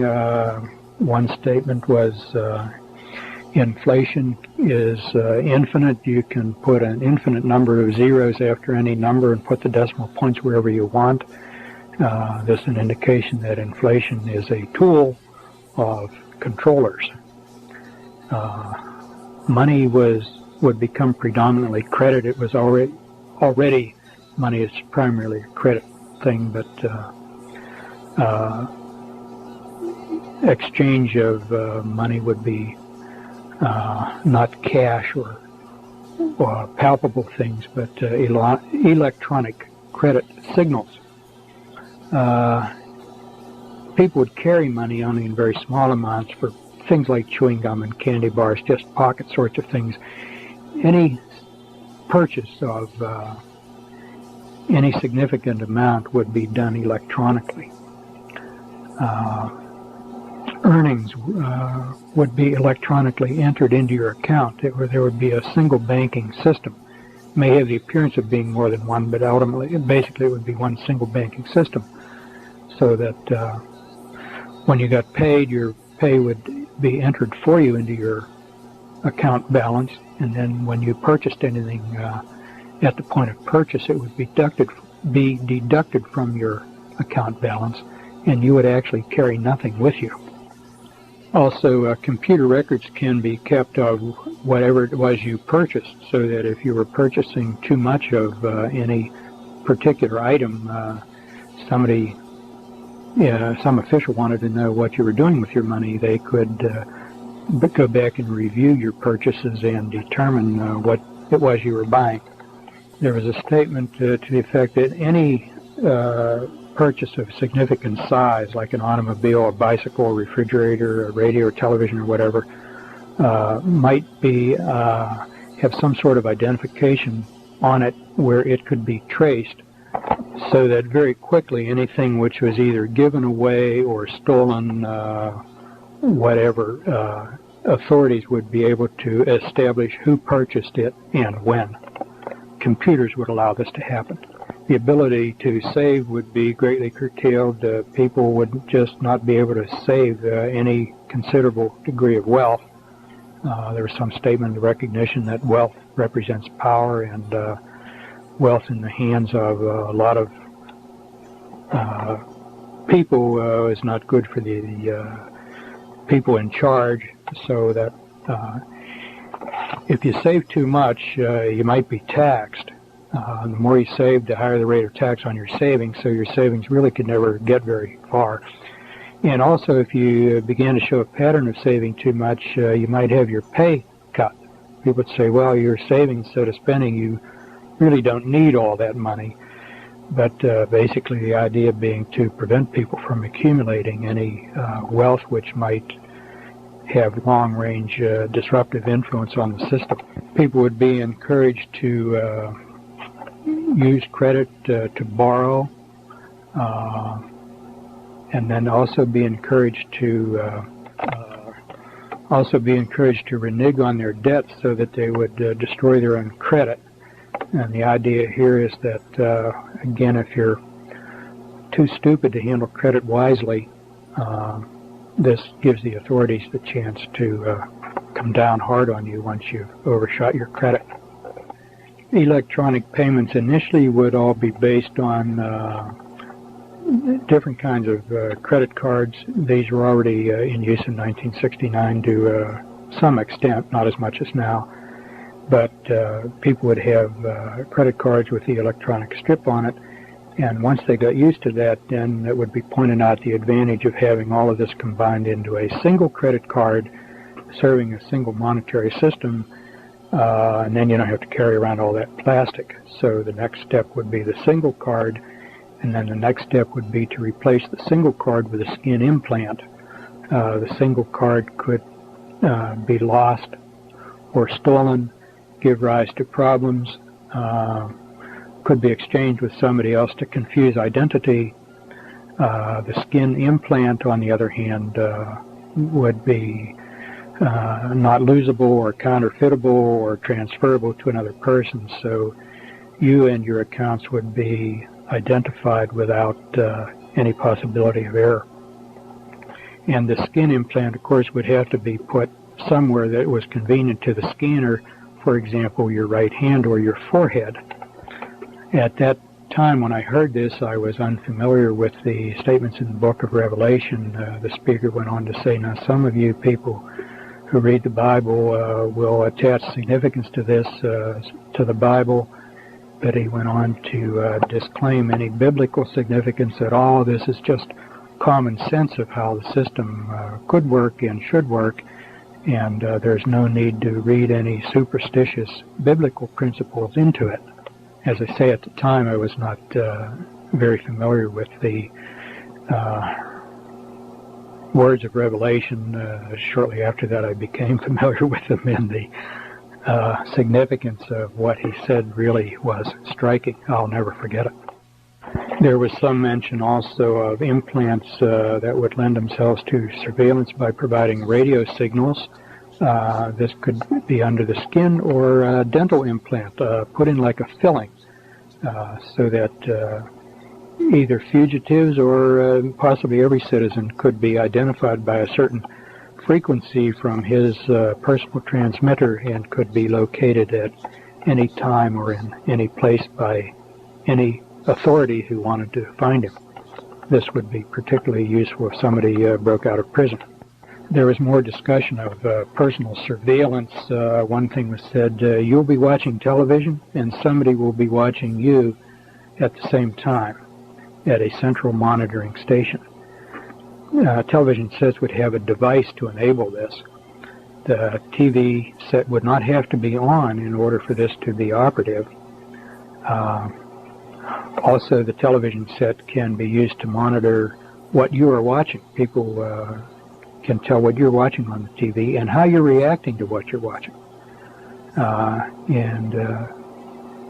You would not know that you were being watched while you were watching your television. How would we get people to accept these things into their homes? Well, people would buy them when they buy their own television. They won't know that they're on there at first. This was described as being by what we now know as cable TV to replace antenna TV. When you buy a TV set, this monitor would just be a part of the set, and most people would not have enough knowledge of electronics to know it's there in the beginning. And then the cable would be the means of carrying the surveillance message to the monitor. By the time people found out that this monitoring was going on, they would also be already very dependent upon television for a number of things. Just the way people are dependent on the telephone today. One thing the television would be used for would be purchases. You wouldn't have to leave your home to purchase. You just turn on your TV, and there would be a way of interacting with the television channel to the store that you wanted to purchase, and you could flip the switch from place to place to choose a refrigerator or clothing. This would be both convenient, but it also would make you dependent on the television, so that the built-in monitor is something you could not do without. There was some discussion of audio monitors too, just in case the authorities wanted to hear what was going on in rooms other than where the television monitor was. And in regard to this, the statement was made, any wire going into your house, for example, your telephone wire, could be used this way. I remember this in particular because it was fairly near the end of the presentation, and as we were leaving the meeting place, I said something to one of my colleagues about going home and pulling all the wires out of the house, except that I knew I couldn't get by without the telephone. And the colleague I spoke to just seemed numb. To this day, I don't think he even remembers what we talked about or what we heard that time, because I've asked him. But at that time, he seemed stunned. Before all these changes would take place with electronic monitoring, it was mentioned that there would be service trucks all over the place working on the wires and putting in new cables. This is how people who were on the inside would know how things were progressing. Privately owned housing would become a thing of the past.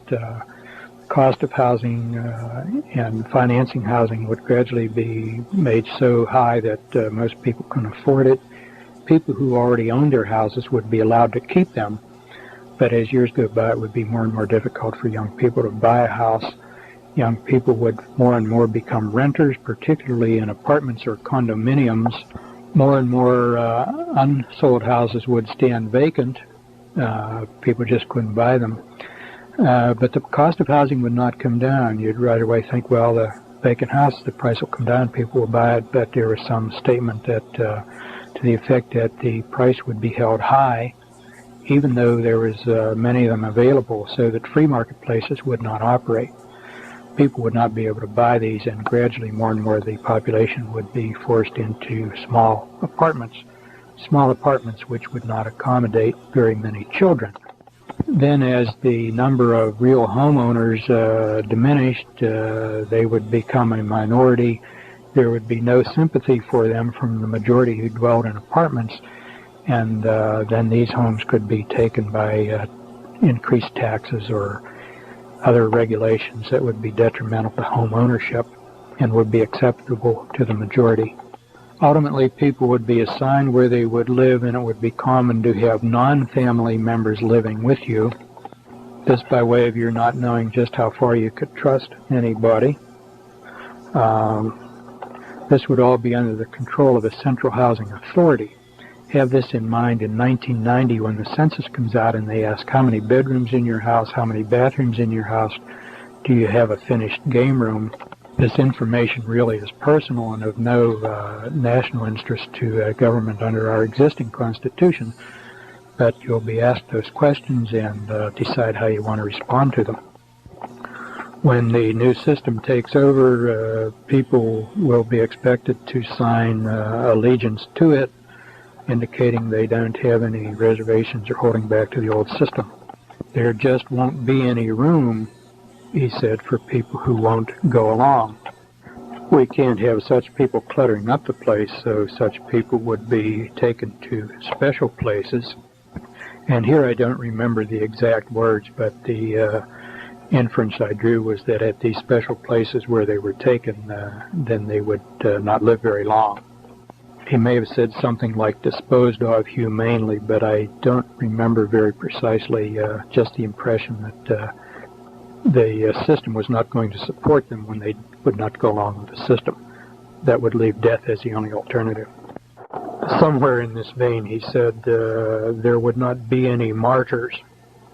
When I first heard that, I thought he meant that people would not be killed, but as the presentation developed, what he meant was they would not be killed in such a way or disposed of in such a way that they could serve as inspiration to other people, the way martyrs do.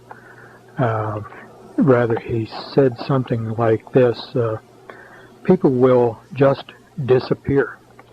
Just a few additional items sort of thrown in here at the end, which I failed to include where they belong more appropriately. One, the bringing in of the new system, he said, probably would occur on a weekend in the winter. Everything would shut down on Friday evening, and Monday morning when everybody wakened, there would be an announcement made that the new system was in place. During the process of getting the United States ready for these changes, he commented everybody would be busier with less leisure time and less opportunity for people to really look about and see what was going on around them. Also, there would be more changes, more difficult to keep up as far as one's investments.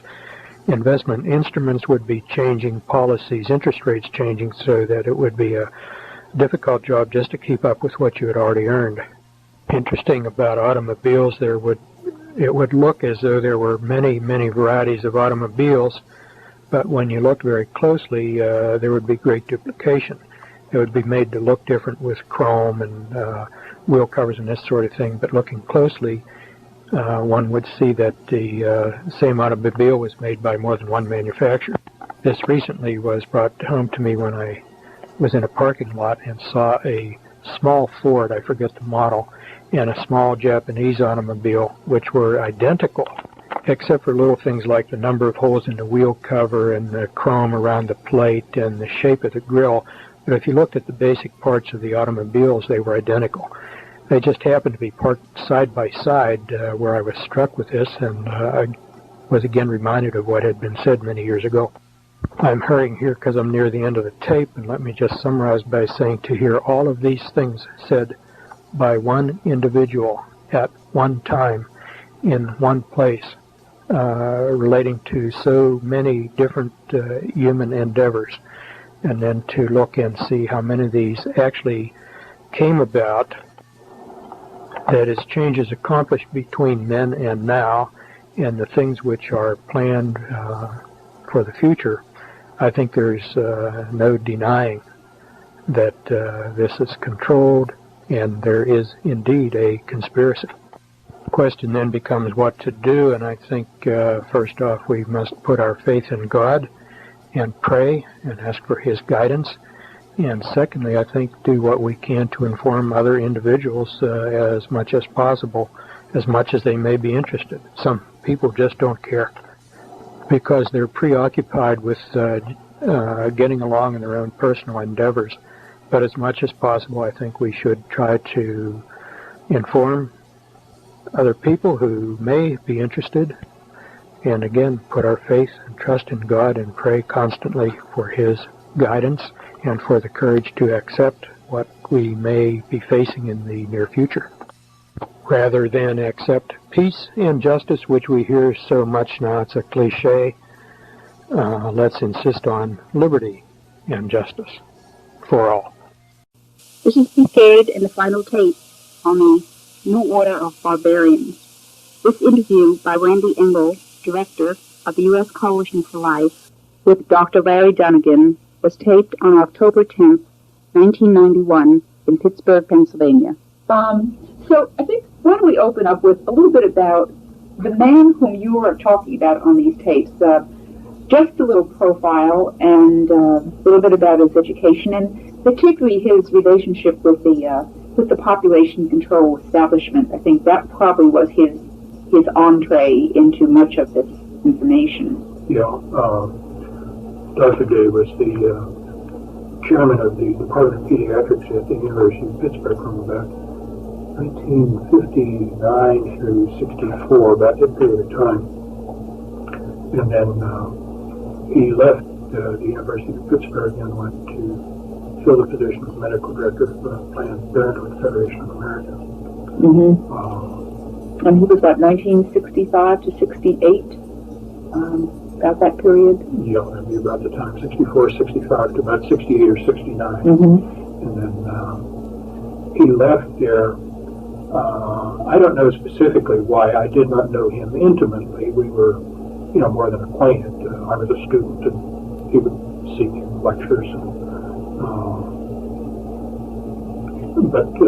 And so he knew my name as a student and probably corrected some of my test scores and that sort of thing. Of course, I knew him as a lecturer and would stand in front of the auditorium and would, listen as he talked about diseases. And take notes as students? Oh, yeah. Yeah, take notes. Okay. So it was interesting, this man is not as well known, I think, to our listeners, like names like Mary Calderon, Alan Guttmacher. They were both medical directors at one time or other for Planned Parenthood. But Dr. Day was not well known, and as a matter of fact, when I went back into the SIGAS archives, there was very, very little information that had his actual name on it. So he was not one of the better known of the medical directors, but I'd say he probably had the scoop on what was going on as well, if not better, than any of the others before or after he came.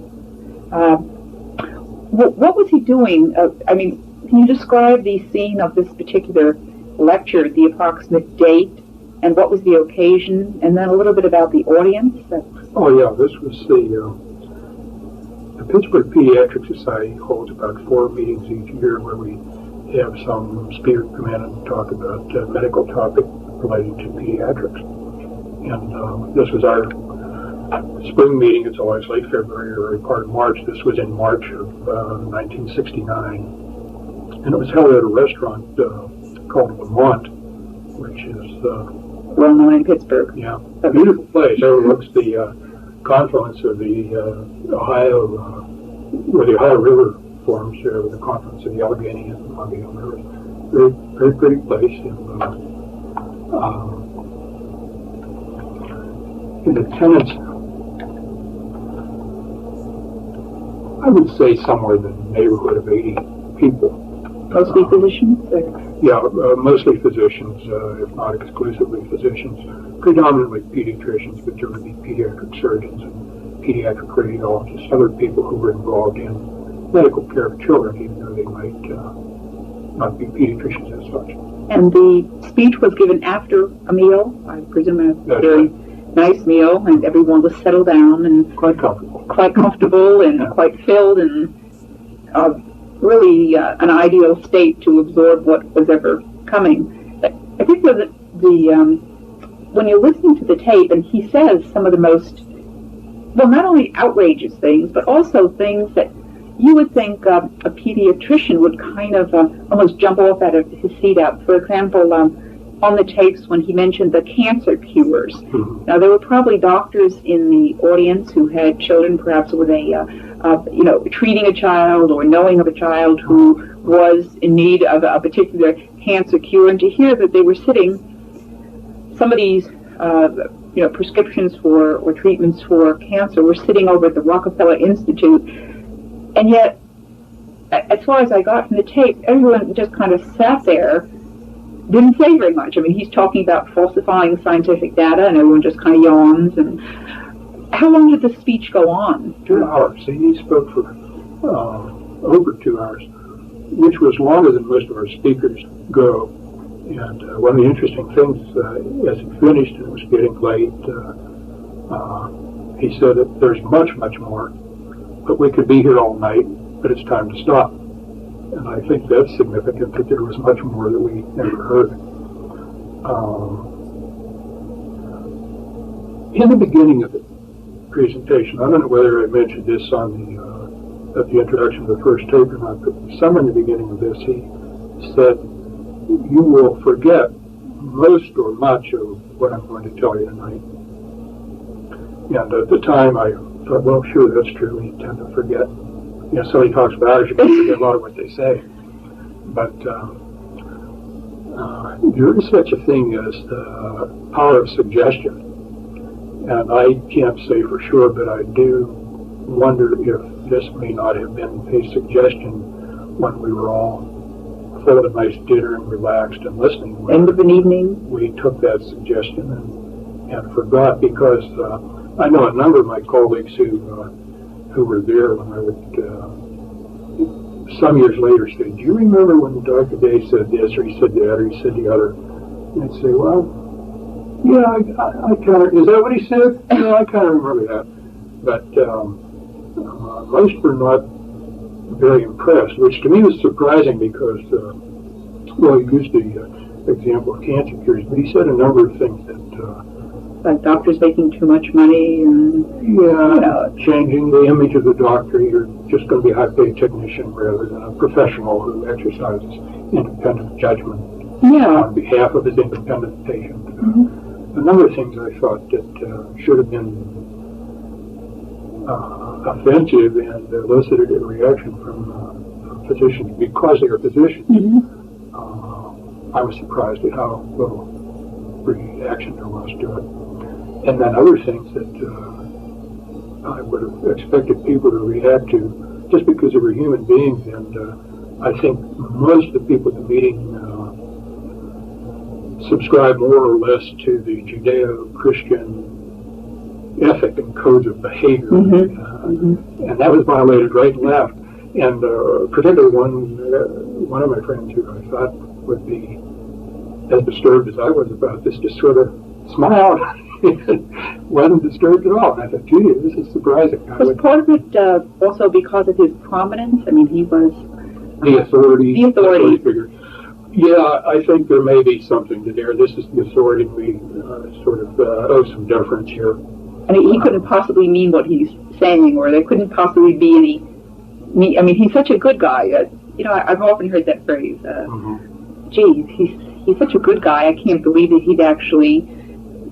I can only speculate about this, but I do think at the time there was an element of disbelief about all of this, thinking, oh, this is somebody's fairy tale plan, but it will never really happen because it's too outlandish. Of course, we know step by step it is indeed happening right under our feet. Yeah.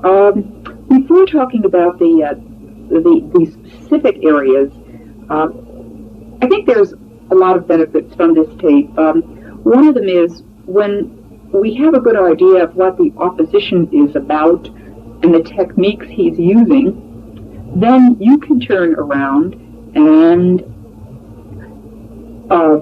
begin your resistance to all the types of manipulation and so forth. So I think that one of the ways I'd like to start off here is to talk about seeing that there were 4 or 5 like theme songs that he kept on repeating them over and over again. For example, this business, which I think is so important, that people fail to distinguish between the ostensible reason and the real reason. In other words, if you want someone to do something and you know that initially he'll be balky at doing that because it's against his morals or against his religious beliefs, you have to substitute another reason that will be acceptable.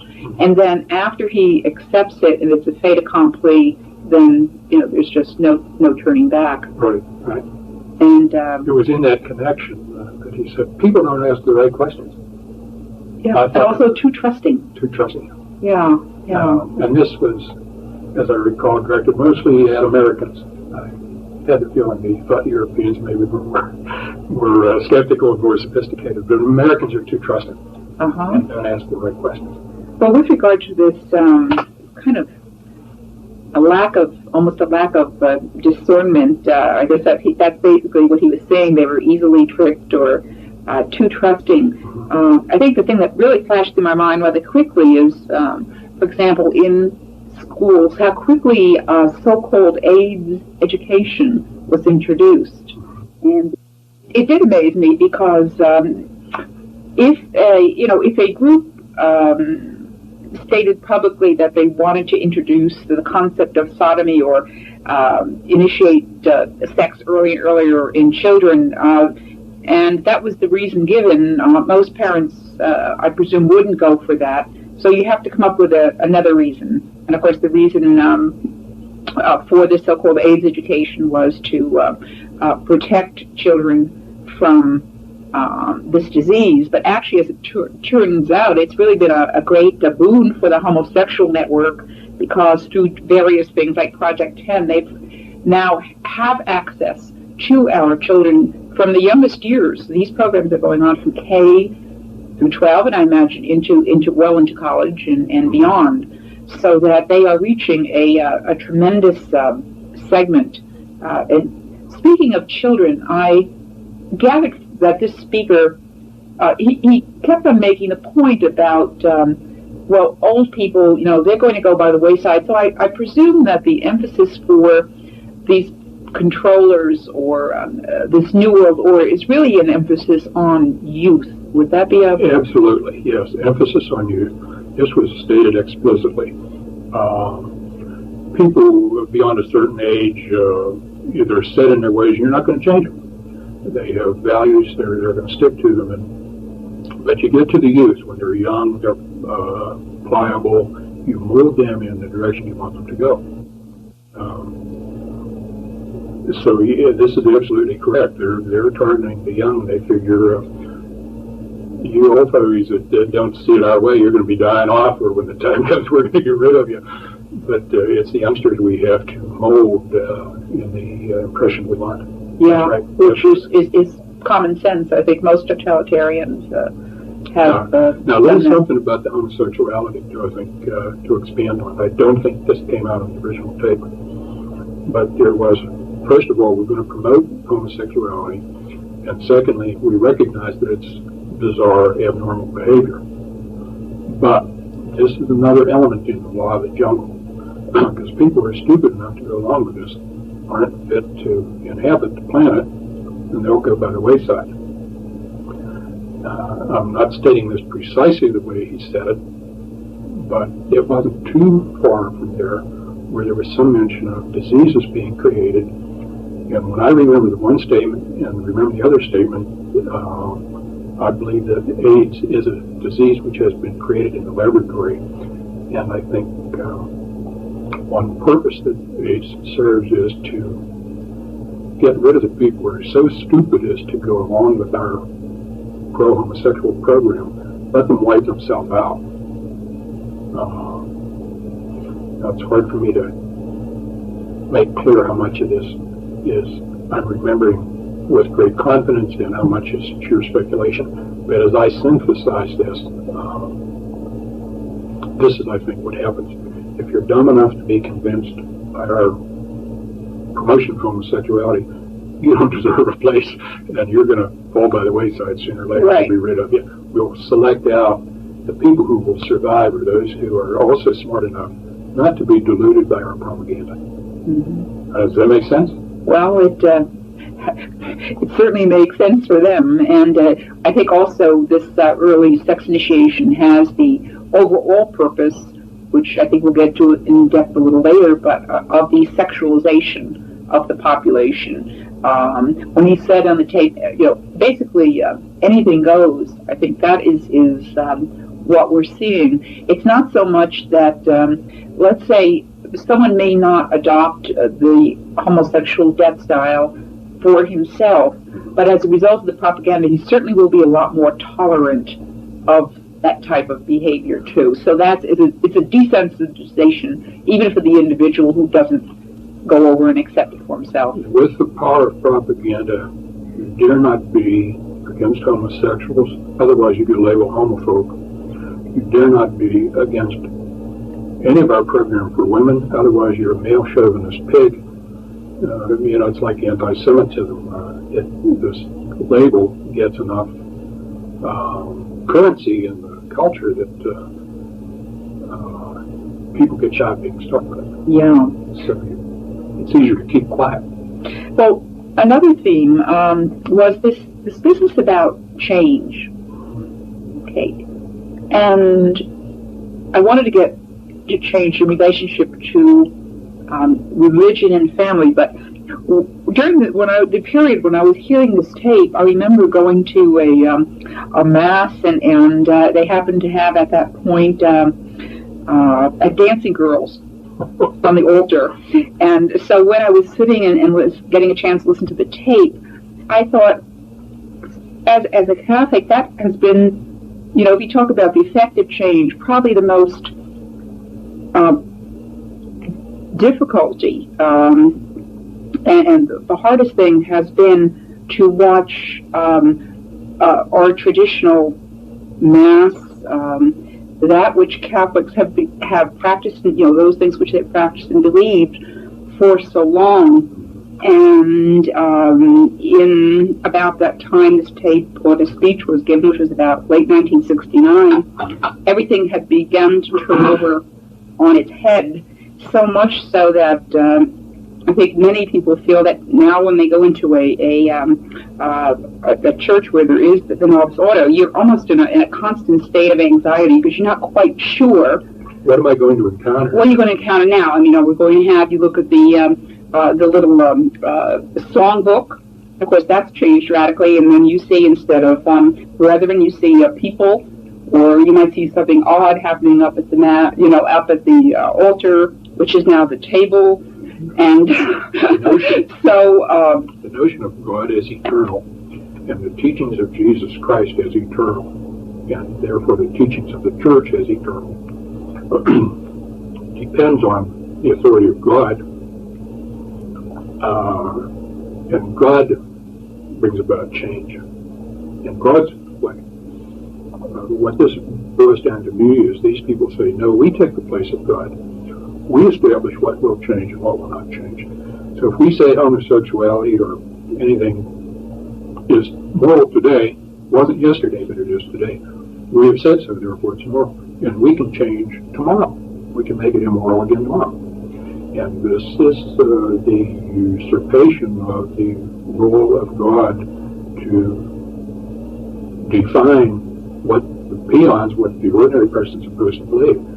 So the idea is that if everybody's used to change, most people aren't going to ask, well, who has decided what should be changed and how it should be changed? Most people just go along with it, like hemlines and shoe styles and that sort of thing.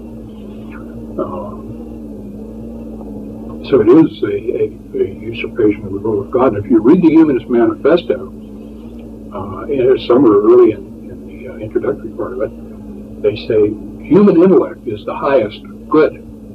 Well, to to any human being what you call the highest good. That's your God.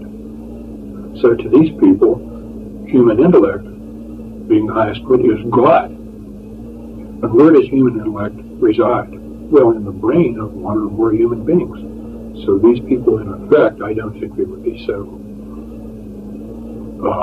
candid as to say so, but whether they know it or not, what they're saying is, I am God, we are God, because we decide what is moral today, what is moral tomorrow, what's going to be moral next year. We determine change.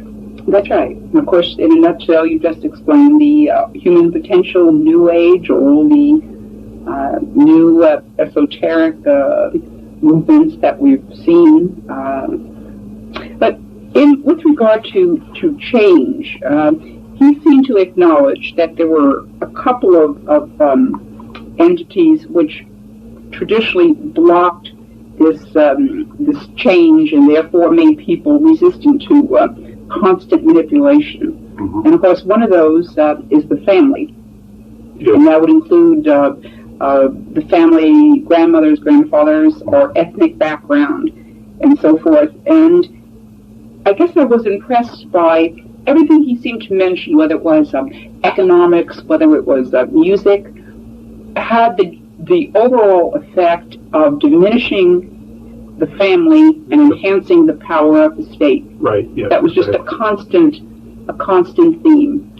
And therefore, when we're evaluating things, I think one of the things we should generally say to ourselves is, what effect does that have on family life and the family?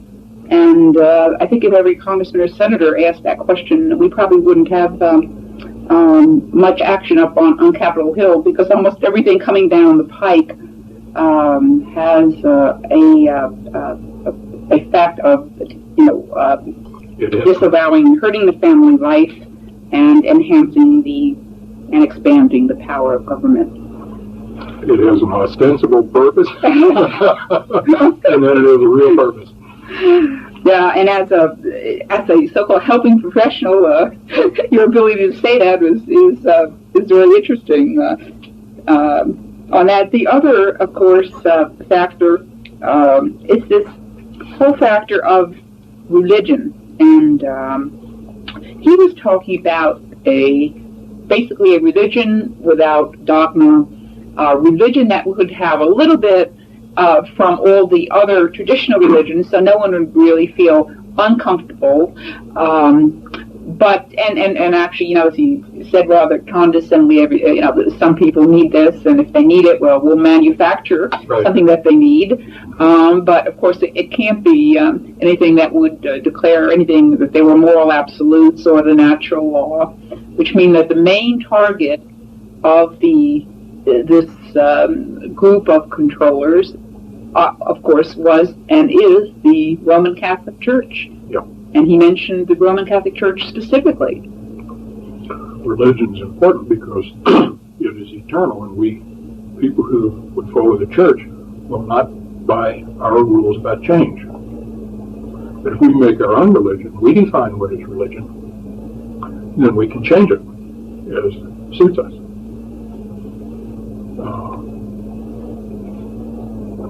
Yes, the Roman Catholic Church, I was kind of flattered sitting here as a Catholic, hearing it pointed out that the church is the one obstacle that he said we have to change that. And once the Roman Catholic Church falls, the rest of Christianity will fall easy. Mm-hmm. And I noticed, though, that as the conversation went on, he said, now, you may think churches will stand in your way, but I would just want to tell you that they will help us. Yes. And he didn't say they will help us all except the Roman Catholic Church. He said they will help us. Yes. And unfortunately, he was right. he was right. Yeah, now he didn't say this explicitly, but again, was one of those themes that came through. He really thought the use of words was real important, because he mentioned this with regard to a number of things like the Bible, how the very famous psychiatrist Miru mentioned that if you want to control people, then you control the language first. And words are weapons. He apparently knew that very well, and I think the controllers as a whole know this very well, and of course it's part of their campaign. But that little statement about words, that words will be changed. When I heard that, I thought, instead of saying altar, you say table. Instead of saying sacrifice, you say kneel. With regard to the mass, and people say, well, that's not important. Of course, what you end up with, of course, is you really know that that's very important. Otherwise, why would they bother to change it? Exactly. Why go through all this rigmarole of if it wasn't important? It's obviously important for them because they know with changing the words, you change ideas. They're exerting a lot of effort and time to change it, and they're not exerting their effort on things that are unimportant. So, yes, you're absolutely right. The priest is the presider. He no longer has the role. In some cases, he no longer has the role that the priest formerly had. Yes, those words are, because words carry meaning. There's the dictionary definition, but I think we all know certain words carry meaning that is a little bit hard to put into words, but they carry meaning. So yes, that's controlling the language. You think in your language, you think yourself in English or Spanish or whatever languages you're familiar with, but when you think, you talk to yourself, and you talk to yourself in words, just the way you talk to other people. That's right. And if you control the language with which one person speaks to himself or one person speaks to another, you've gone a long way toward controlling what that person is able, what he's capable of thinking. And that has both an inclusionary and an exclusionary component to it. You set the tone. Take the word gay, for example. Take the word gay. That's a good one. I have some old tapes by Franz Lehar, and then he talks about the gay hussars, the happy soldiers, and now you couldn't quite use that same word. Could you get away with it? Hussar may take offense and will injure you. But again, the word homosexual, sodomite, has been replaced with the term gay. It represents an ideology, not only a word. And when you use it, it's tacit to saying, yes, I accept what your interpretation of this is. And they probably had a committee working for months to pick out which word they were going to use. And gay carries a connotation which, first of all, is inaccurate. Most homosexuals are not at all gay. They tend to be pretty unhappy people. Yes. Despite all the publicity telling them that they can and should feel comfortable what they're doing, most of them deep down inside don't accept it. Have a conscience which says otherwise. Yeah. And homophobia is another one. Yes, but one can hardly wait. I suppose they're going to come up with a sadophobia for those who have a hang-up with sadomasochism, and they'll have a pedophobia for those who have difficulties with being a pedophile. We can just look forward to this type of thing. I guess we can look forward to them to the extent that we permit ourselves to permit the opposition to have access to the brain. And to dictate the terms we use. Sex education is not education. That's right. It's conditioning, and we should never use the term sex education. It's a misnomer. If they control the vocabulary, then they control the way we can think and the way we can express ideas among ourselves and to anybody. But sex conditioning, sex initiation is much more accurate, and we should insist on that. We should never use terms homophobia and gay. Right. Homosexual is homosexual. It's not at all gay. That's right. In fact, we're going to have to probably do some homework. I know probably all the popular movements in the United States, probably I'd say the pro-life movement is probably the most sensitive to words. I remember when I was sitting down and listening, talking about media events and access to the brain. I remember that the first speech that Bush gave, in which he talked about the New World Order, And I remember jumping halfway off my seat. The term that here he is, the president, he's saying New World Order as if it was, something everyone knew about. And someone looking across the room, so what do you? I heard that. What did he say? What did he say? He said, well, he said New World Order. I said, well, what does that mean? Why is that extraordinary? But anyway, so one of the things, I think, one of the weapons that we have against the controllers is the knowledge that if we can cut off his access to our mind, then we have a shot at escaping being manipulated, if not totally, at least escape a good portion of the manipulation. Do you remember one of the books on Chinese POWs pointed out that some of their survivors, in order to not be brainwashed, broke their eardrums, and in that way they were unable to hear. And being unable to hear, the enemy could not have access to their brain, and therefore they were able to survive where others did not.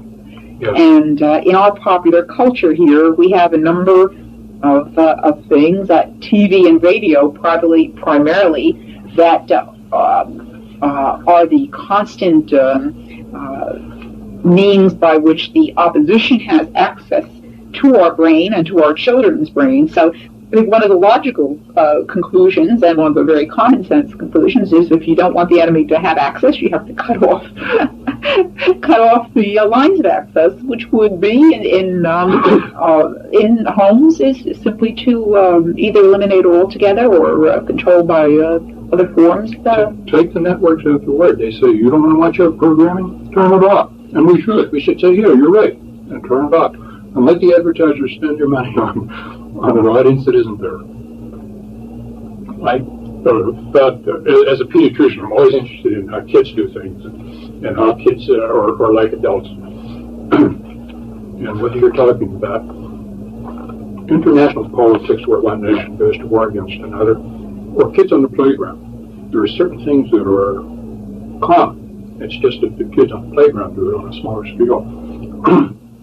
But you mentioned cutting off access to your brain. Somebody says, I don't want to hear it. And I remember kids on the playground, I'm sure we've all seen this. Somebody saying, yeah, Jimmy did it, and they're teasing the kid. What's he do? He puts his hands over his ears. He said, I'm not going to listen. And the kid who wants to torment him will try to pull his hands away and be sure that he listens. And it's the same thing. Words entering, and the child knows. Words have meaning, they're hurting him. Goebbels knew it, Lenin knew it, CBS knows it. It's just interesting. The principle stands across the board. It just gets more complicated as you get older, more sophisticated.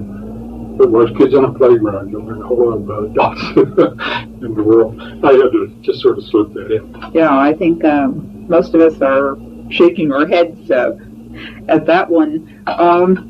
This Dr. Day was very much into the whole population control establishment, and he was, of course, in favor of abortion. But as he again started talking about the aged and euthanasia, I recall one of the books, a population control book, saying that birth control without death control was meaningless. And one of the, if we can use the expression, one of the advantages in term, if one was favorable toward the killing of the aged, one of the favorable things is, in fact, abortion, for the simple reason is that, universally speaking, abortion has the result of bringing about a rather inordinate chopping off of population at the front end, that is at the birth end. Yes. And the inevitable effect is that you will have a population which is top-heavy, with a rapidly aging population, which is the current state in the United States.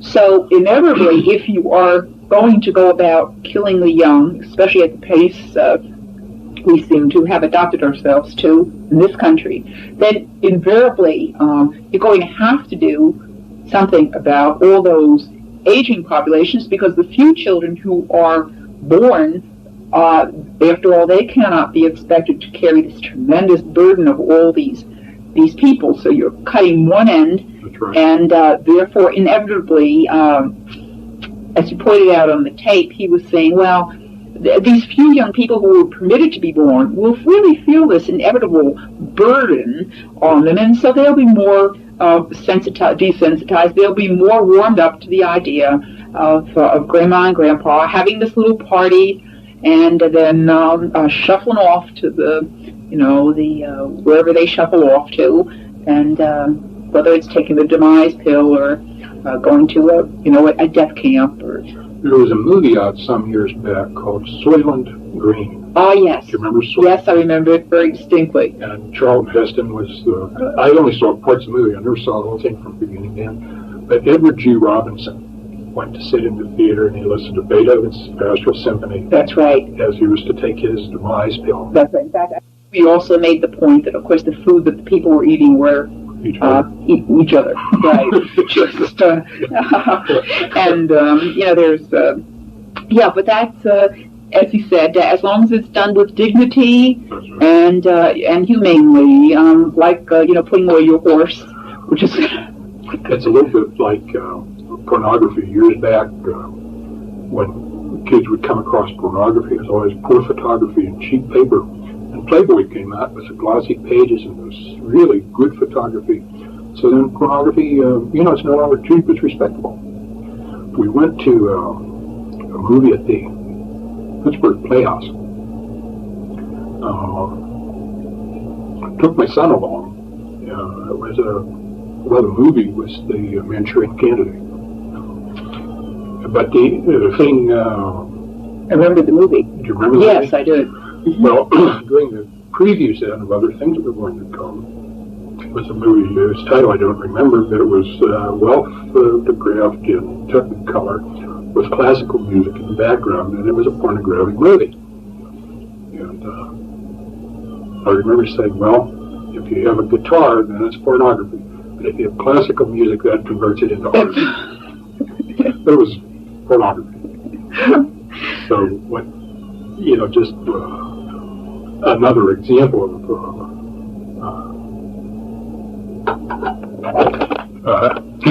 what you were saying. As long as it's done with dignity, that's what counts. So if you kill somebody with dignity, it's okay. If you have pornography with dignity, with classical music, then it's all right. Yeah. That was the point I was trying to... There were, again, talking about the family. Currently, I know an awful lot of people who are out of jobs. And he had quite a bit to say about certain things like, for example, heavy industry and things like that. I guess what was the shock was that this man, I wasn't surprised that he knew a lot about population control, abortion, at the other end, euthanasia. But what did surprise me was that he was an individual who was talking about religion, law, education, sports, entertainment, food. How could one individual, and I think this is probably the question that everyone listening to these tapes is asking, how could a individual have that much input? Now, one could say, well, it didn't pan out, but we know, listening to these recollections 20 years later, I can't really, except perhaps for maybe some minor things, everything that he has said has truly come to pass, and almost beyond, beyond the imagination. Mm-hmm. How could one individual talk with such a authoritative, non-questioning thing that this is the way, this was going to happen, and this was going to happen in fashion, and this is what we were going to see on TV, and there were going to be, video recorders before I even ever heard of the word. I think what happens is certainly one individual hears this, but the plans are by no means made by one or a small number of individuals. Just as industrial corporations, they'll have a board of directors, was people from all sorts of activities who sit on the board of this corporation, and they say, now if we do this to our product, or we expand in this area, what will that do to banking? What will that do to clothing? What will that do? What impact, ripple effect will that have on other things? And I'm sure that whoever makes these plans, they have representatives from every area you can think of. So they'll have educators, they'll have clothing manufacturers, designers, architects, every aspect of human endeavor, or across the board. And then when I'm sure they get together and have meetings and plan, and everybody puts in his input. Just the way a military operation does. Mm-hmm. What will the Navy do? Will they bombard the shore? What will the Air Force do? Will they come in with air cover? What will the infantry do? It's the same thing. These people, when they plan, they don't miss a trick. They have experts in every field. They say, now if we do this, that, and the other, John, what will that do to your operation? And John will be in a position to feedback. Well, here's what I think would happen. So it certainly covers a broad range of people, and for one individual to be able to say all of this in the 2 hours that he spoke to us really tells us that he was privy to a lot of information. That's right. He must have been sitting in one of those boardrooms at least some point, and I think perhaps not at the highest level from his position, but enough because anyone in the population control movement would be associated with names of foundations, powerful organizations, and I'm sure that there's a lot that was in the plans that he never heard of. He wasn't a 4-star general in his outfits. That's right. He wouldn't be, on the whole story. Well, it's too bad he couldn't talk for 6 hours instead of 2. We might have had a lot more information.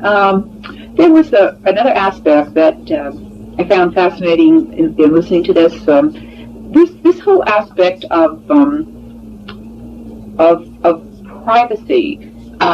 He mentioned that as the private homes went by, we would have individuals, non-family members, perhaps sharing our apartments. As I understand, is becoming more popular out in California. Of course, California and New York being the borders, the coast states, were they? And therefore the port.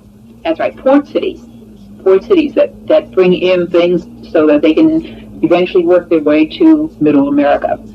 And but this business about privacy, when he was talking about, for example, the area of sex, he made some interesting remarks. Is public knowledge. Yeah. But the planners won't be that open about their own lives. They'll reserve their privacy. It's for the rest of us. Yes, just like they're listening to concerts and operas, and but for the mass media, they're pumping in the hard rock and all those types of things. That was another fascinating thing. For example, how this New World Order would be introduced to a population which, at this point, I think they would have assumed would have been more than acceptable to it. How is this put? I mean, we're just going to wake up one morning and the changes will be there, or what did he think about that? Right. It was presented in what must be an oversimplified fashion. So with some qualifications, here's the recollection I have of it. That in the winter, and there was importance to the winter, on a weekend, like on a Friday, an announcement would be made that this was in place, or about to be in place. That the order, the new order. The New World Order was now the system for the world. Mm-hmm. And we all owe this New World Order our allegiance. And the reason for winter is that, and this was stated, people less prone to travel in winter, particularly if they live in an area where there's ice and snow. Summer, it's easier to get up and go. And the reason for weekend is people who would have questions about this, Saturday and Sunday everything's closed, and they would not have an opportunity to raise questions and file a protest and say, no, no, no.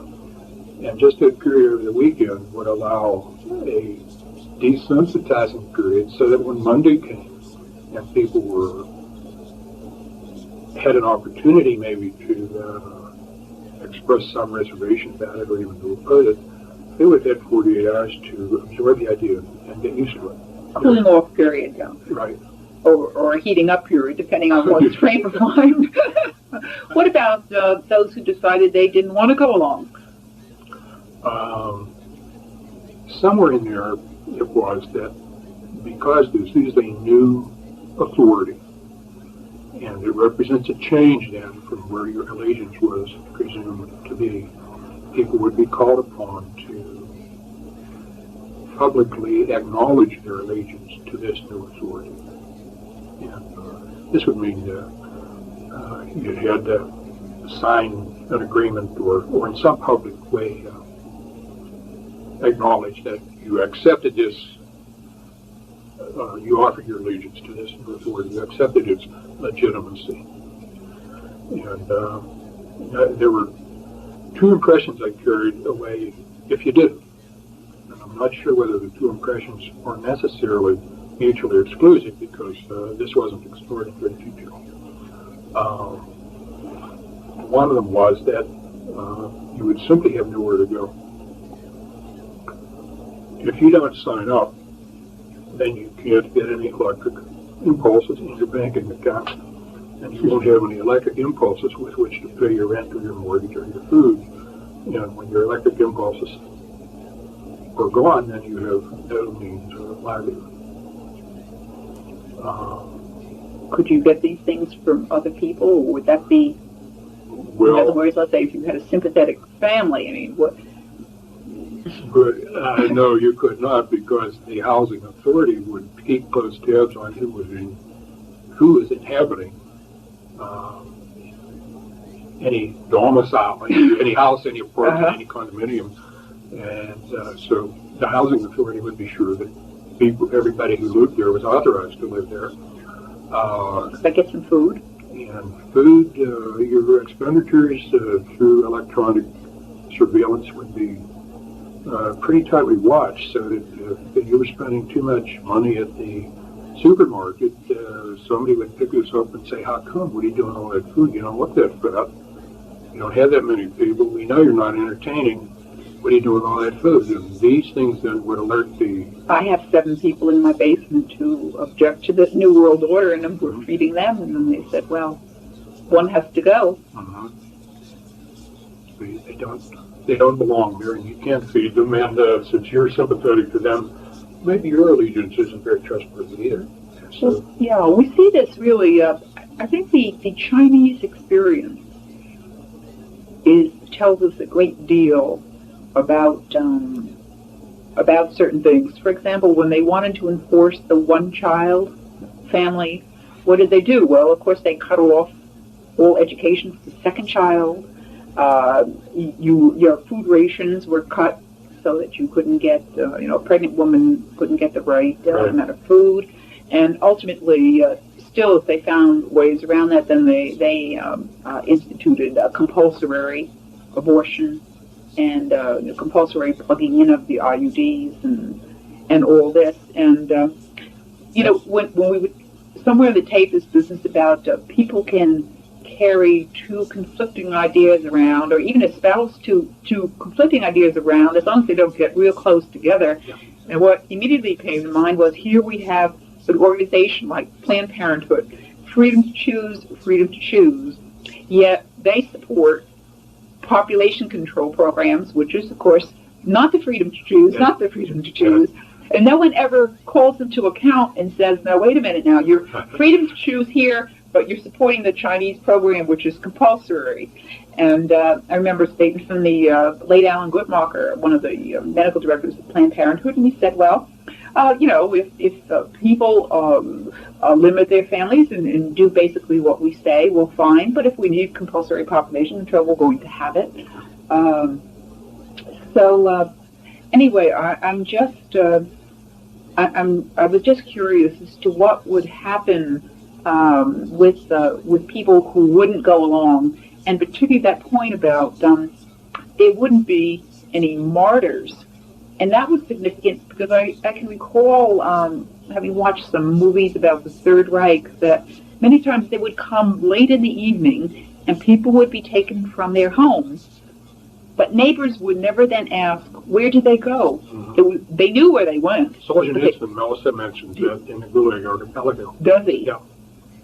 And I think this is very similar to what we would see. People would just disappear, and you would not ask because it might endanger yourself or your family.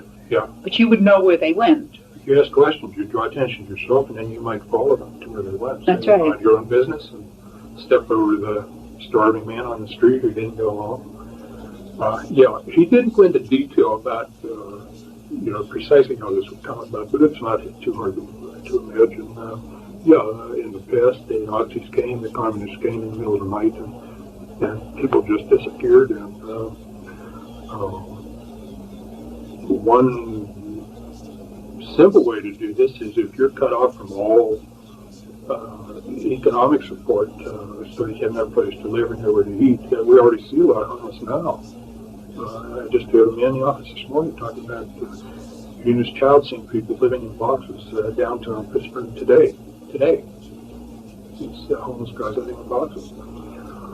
Well, when the New World Order's here and you're living in a box, we can't have people littering like trash, yeah. So you come around with the wagon and you pick them up. The frame of mind as you're growing up and formed is that human value resides in being productive. You have to have a prestigious position or at least perform something useful. Make a contribution. And the truck comes by to pick up some guy who's living in a box and he's not making any contribution. Who's going to get excited about it? He's subhuman. He's a fetus. He's a zygote.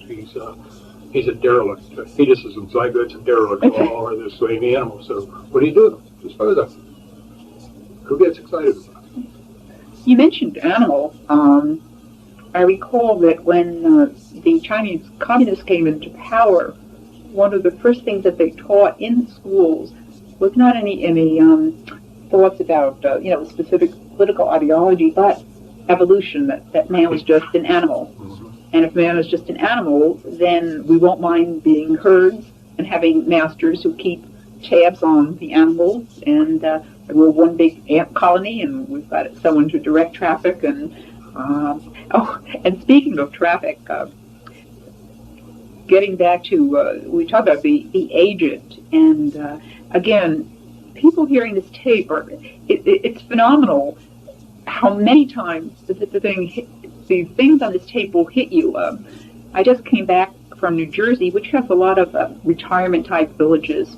There's no children. There's not the laughter of children in these homes. My experience has been that people in like retirement homes, nursing homes, when they see a child, they just blossom. They're really delighted to see a child. Sure, they're happy to have their sons and daughters come, other adults, but when they see a child, it doesn't even have to be their own. It just has a very beneficial effect on their mood. And if these older people aren't seeing children, the other side of that coin is the children are not seeing older people either. That's right. So if you don't get used to seeing older people, they don't exist. That's right. And I think is another interesting angle on what you said about and that's why, again, with the family, making sure your children see their grandparents very often, no matter how much that entails. The trouble is of the logistics is certainly worthwhile, because again, if you never see someone and you don't learn to love them, and you have no contact with them, when someone says, "Well, it's time for your grandpap to check out," well, who's that? Who's going to defend and fight for someone that they never even saw before? I remember one of the phrases. This is, again, so many of these things. You only have to hear them once, and they stick in your mind. Yes. They're so jarring. Yeah. Was this that we've already discussed sex without reproduction? Mm-hmm. Then he also said the technology would be there for reproduction without sex. Right. And this seems to me, this is a whole nother area, because one of the, again, contradictory things occurring, because you would think, well, if a land is so-called overpopulated, then you would want to diminish sexual activity, or, you'd want to get rid of pornography, you wanted to get everything that was sexually stimulating. But no, it's just the contrary. You want to increase sexual activity, but only insofar as it doesn't lead to reproduction. Right. That was the message, right? That leads, and this is my own extension, he didn't say that, but that leads to slavery, because if you become enslaved to your gratification, whether it's sex, food, or whatever, then you're more easily controlled, which is one of the reasons the celibate priesthood is so important, and so many priests don't even understand that. But if you're addicted to sex, if sex is just divorced from reproduction, sex is something that you do for gratification only. I won't try to parallel with food, because you can't go without food. Then you can be more easily controlled by the availability or the removal of the availability of sex. So that can become an enslaving feature. Now, reproduction without sex, what you would get then is a product which has all the desirable attributes of a human being without any claim to human rights. The way we do it now, you say, well, you're human because you have a father and a mother, and you have a grandfather and Uncle Fred and a family, so you're a human being, you have human rights. But if your father was a petri dish and your mother was a dust tube, how can you lay claim to human rights? Not too much warmth there, is there? You owe your existence to the laboratory, which conveys to you no human rights. And there's no God, so you can't go for any God-given human rights. So you're an ideal slave. You have all the attributes of a human being, but you don't have any claim on rights. Mm-hmm. Well, in Brave New World, if you remember, they had the caste system, the alphas, the omegas, and so forth. Yeah. And the lowest caste, the way they brought about the different caste systems was that in the decanting room or the birthing rooms, the individual who was to be, let's say, to do menial labor or slave labor, work in the mines, they received just a little bit of oxygen to the brain, so that they learned to love their slavery, and they were very happy because they didn't know any better. They didn't have the brains or the wherewithal to do things. But of course, the higher in the caste you got, the more oxygen was given to your brain. So we actually had a group of subhuman beings, who would be at the, as you say, slaves essentially, and. But they would love their slavery. Mm-hmm. See, in the past, slaves probably haven't loved their slavery very much. Yeah. But in this case, we have this technology which will make people love their slavery. And each caste loved being what they were in Brave New World. Yeah.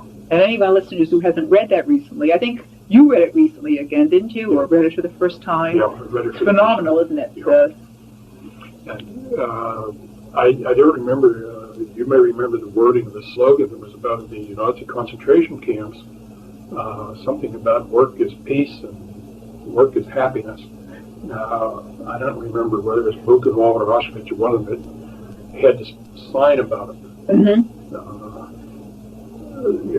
My recollection of the words is imprecise, but the idea is what counts.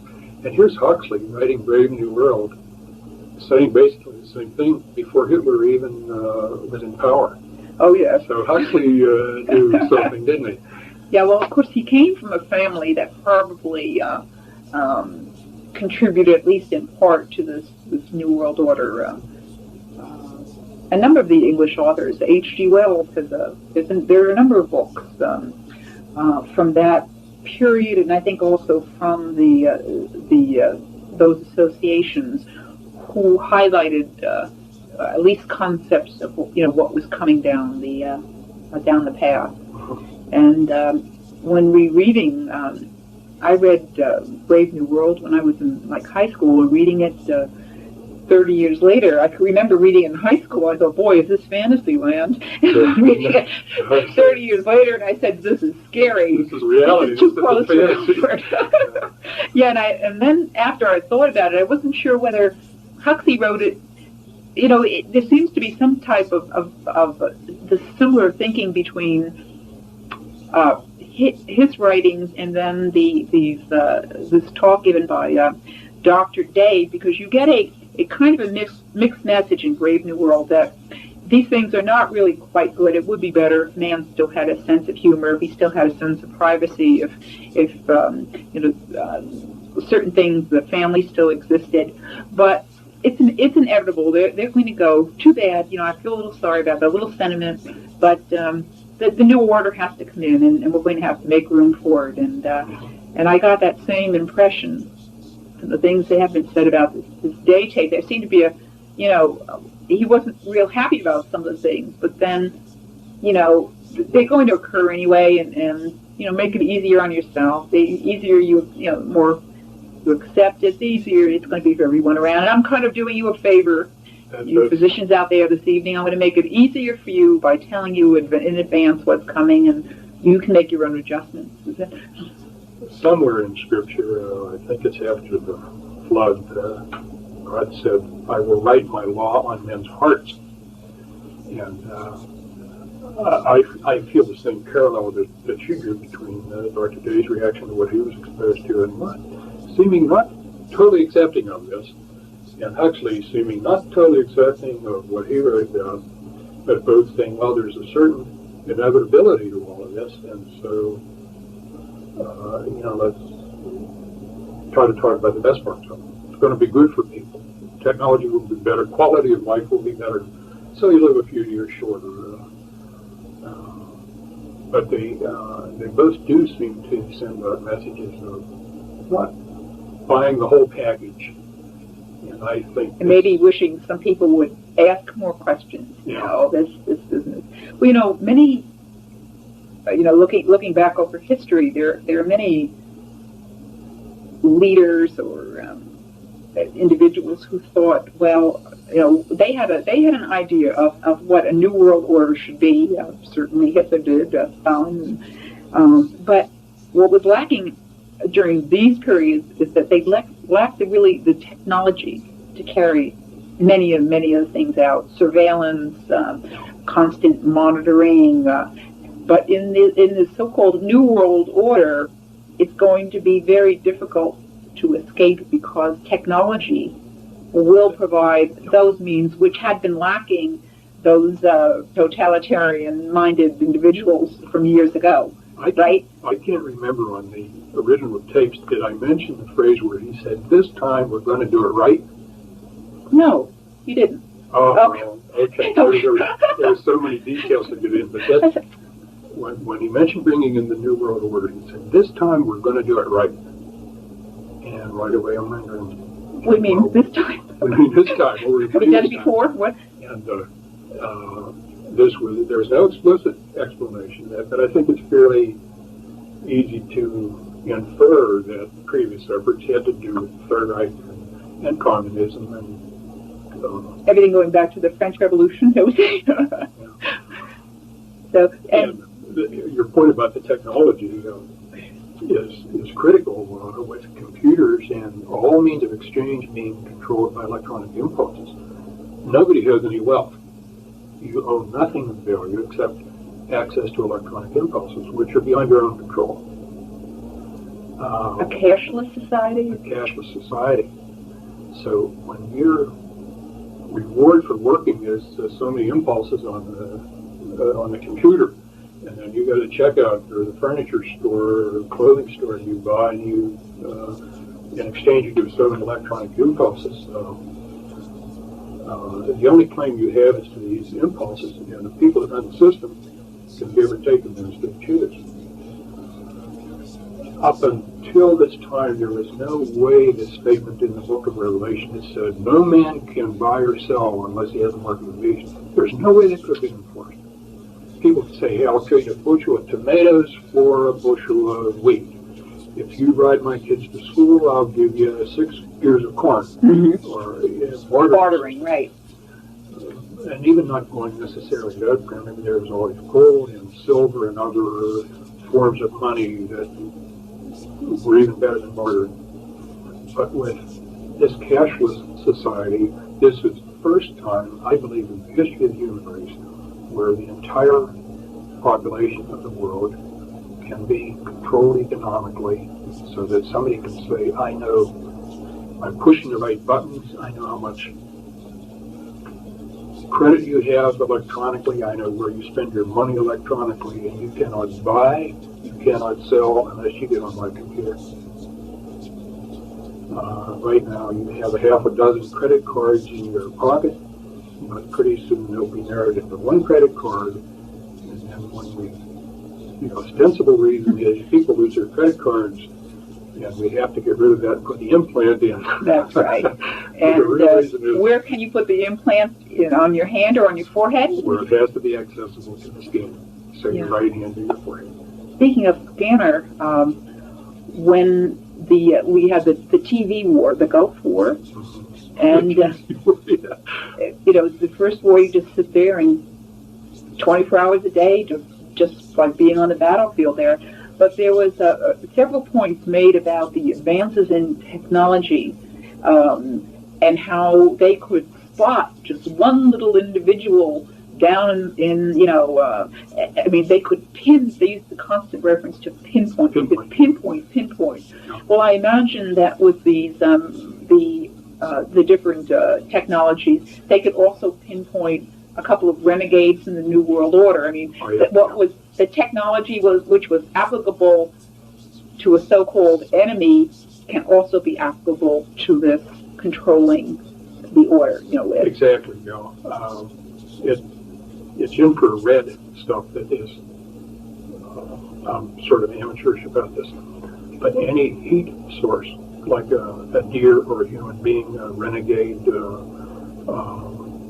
can be picked up by an infrared scanner, and you get sort of an outline of whether it's a deer or a sheep or whatever. My first hearing about them was in the Vietnam War, where our troops used them to detect the enemy. Now that's 20-some years ago, so they're probably even more sophisticated now than they were then. But with this kind of surveillance, it'd be pretty hard for anybody to escape and say, well, I'm just going to go off into the mountains and be a hermit and escape the New World Order. I can shoot deer and eat berries and survive. And I've got a wife who's pretty sturdy, and she'll be able to survive, and we'll do what the Indians did before Columbus got here, and we'll all survive.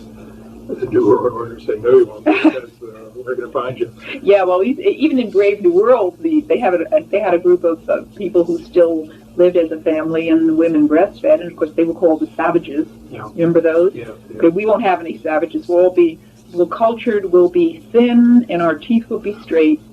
And something also that was mentioned, forests could, and if necessary, would be leveled or burned. Now this comes out of this overall movement about Goddess Mother Earth and how we have to protect the ecology. Oh yes, the environmental movement, right. But the environmental ostensible movement. This stuff's all expensive. If we want to get somebody who's trying to get away, we'll burn down the whole forest, we'll find them. That was stated. That deforestation would and could be brought about if necessary to be sure that nobody gets outside the control of the system. Well, we're just about drawing to a close here. How did you feel after, let's see, it's been about, 22 years now since that original lecture, and it probably isn't a day that goes by, at least since I've heard the tapes, that I don't think about the things that this Dr. Day said. You get constant reminders. Not a day goes by. Something doesn't say, that reminds me of such and such, whether it's surveillance or security, somebody selling a security system to keep your house from being broken. Or clothing. Or I opened up a toy catalog the other day, and I noticed that there didn't happen to be any baby dolls in the toy catalog. Of course, going back to the idea we don't want little girls to be thinking about babies. They only had one little doll, and it was kind of an adult doll, and nothing that would raise anyone's maternal instinct there. Well, Doc, what's the prognosis? Well, left to man alone, I think the technology is already here, and with technological progress, I think it is inevitable, if man is left to his own devices, that some men will be able to assert total control over other men, over other people. Man left to his own devices, the tendency is in groups like this then for internal dissension to arise, where the leaders would be at each other's throats too, each saying, no, I'm more powerful than you, I deserve more than you. Who will control the controllers? Yeah, they would damn themselves, I think, so that they would create, the seeds of their own destruction while they're creating the system. But the other thing, I wonder if indeed this may be time for our Lord to come back and say enough's enough. If because you're going to destroy my planet Earth, and I am in charge of the planet. I'm in charge of mankind. Mankind will be destroyed or whatever if I say. I will not allow my creatures to assume and assert this degree of control where you're going to destroy the whole planet. Just as Lucifer set himself up as God in the beginning, some people now would set themselves up as God and say, I control the computers, I control the genomes, I control everything. I am God. And at that point, then he would have to say, no, you're not. I have to demonstrate to you, you're not. I'm still God. You're just a creature. Yeah. And as you said on the original tape, we believe in what our Lord has said in the sense that he will not leave us orphans. That, he will be with us to the end of time. This right away now begs the question when they come around and say, it's your turn to sign the allegiance form. What are you going to do? When Henry VIII came around, he said, well, you either sign here and join, or, and while he's telling you this, they're throwing the noose over the limb of the oak tree and saying, slipping the noose around your neck and saying, you want to sign this, or do we slap the horse out from under you? And a lot of people said, I won't sign it, and they were martyred. Despite his having said there will be no martyrs, certainly there will be martyrs. And the implication in his statement was that, well, they will not be recognized as martyrs. But there will be martyrs, and they will be recognized as martyrs. And maybe not in the same way as in the past, but I think this is something that maybe all people need to sort of prepare themselves for. When I'm nose to nose with this choice, are you going to sign this allegiance or not, or we're going to put you in a boxcar and you're going out to Arizona, to the desert. People have to be prepared to make a decision. And I think it would be an understatement not to say, or to say that this tape has great meaning, and it's just like a forewarning, and it gives us ideas of things we should do and things we shouldn't do. And I think everyone listening to the tape will come up with different things that he can do on a small scale. I think that's the beauty of this thing.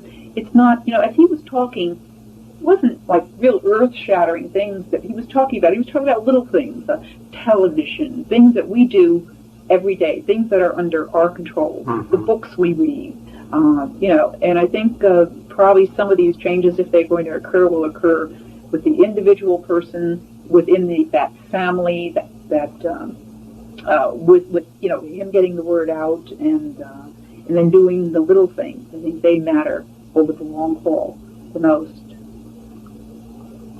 Just as with the prisoners who survived the brainwashing, I think people who are spiritually oriented, who are thinking about God, thinking about their relationship with God, are the ones who will then be better prepared prepared, very equipped to survive this world and the next.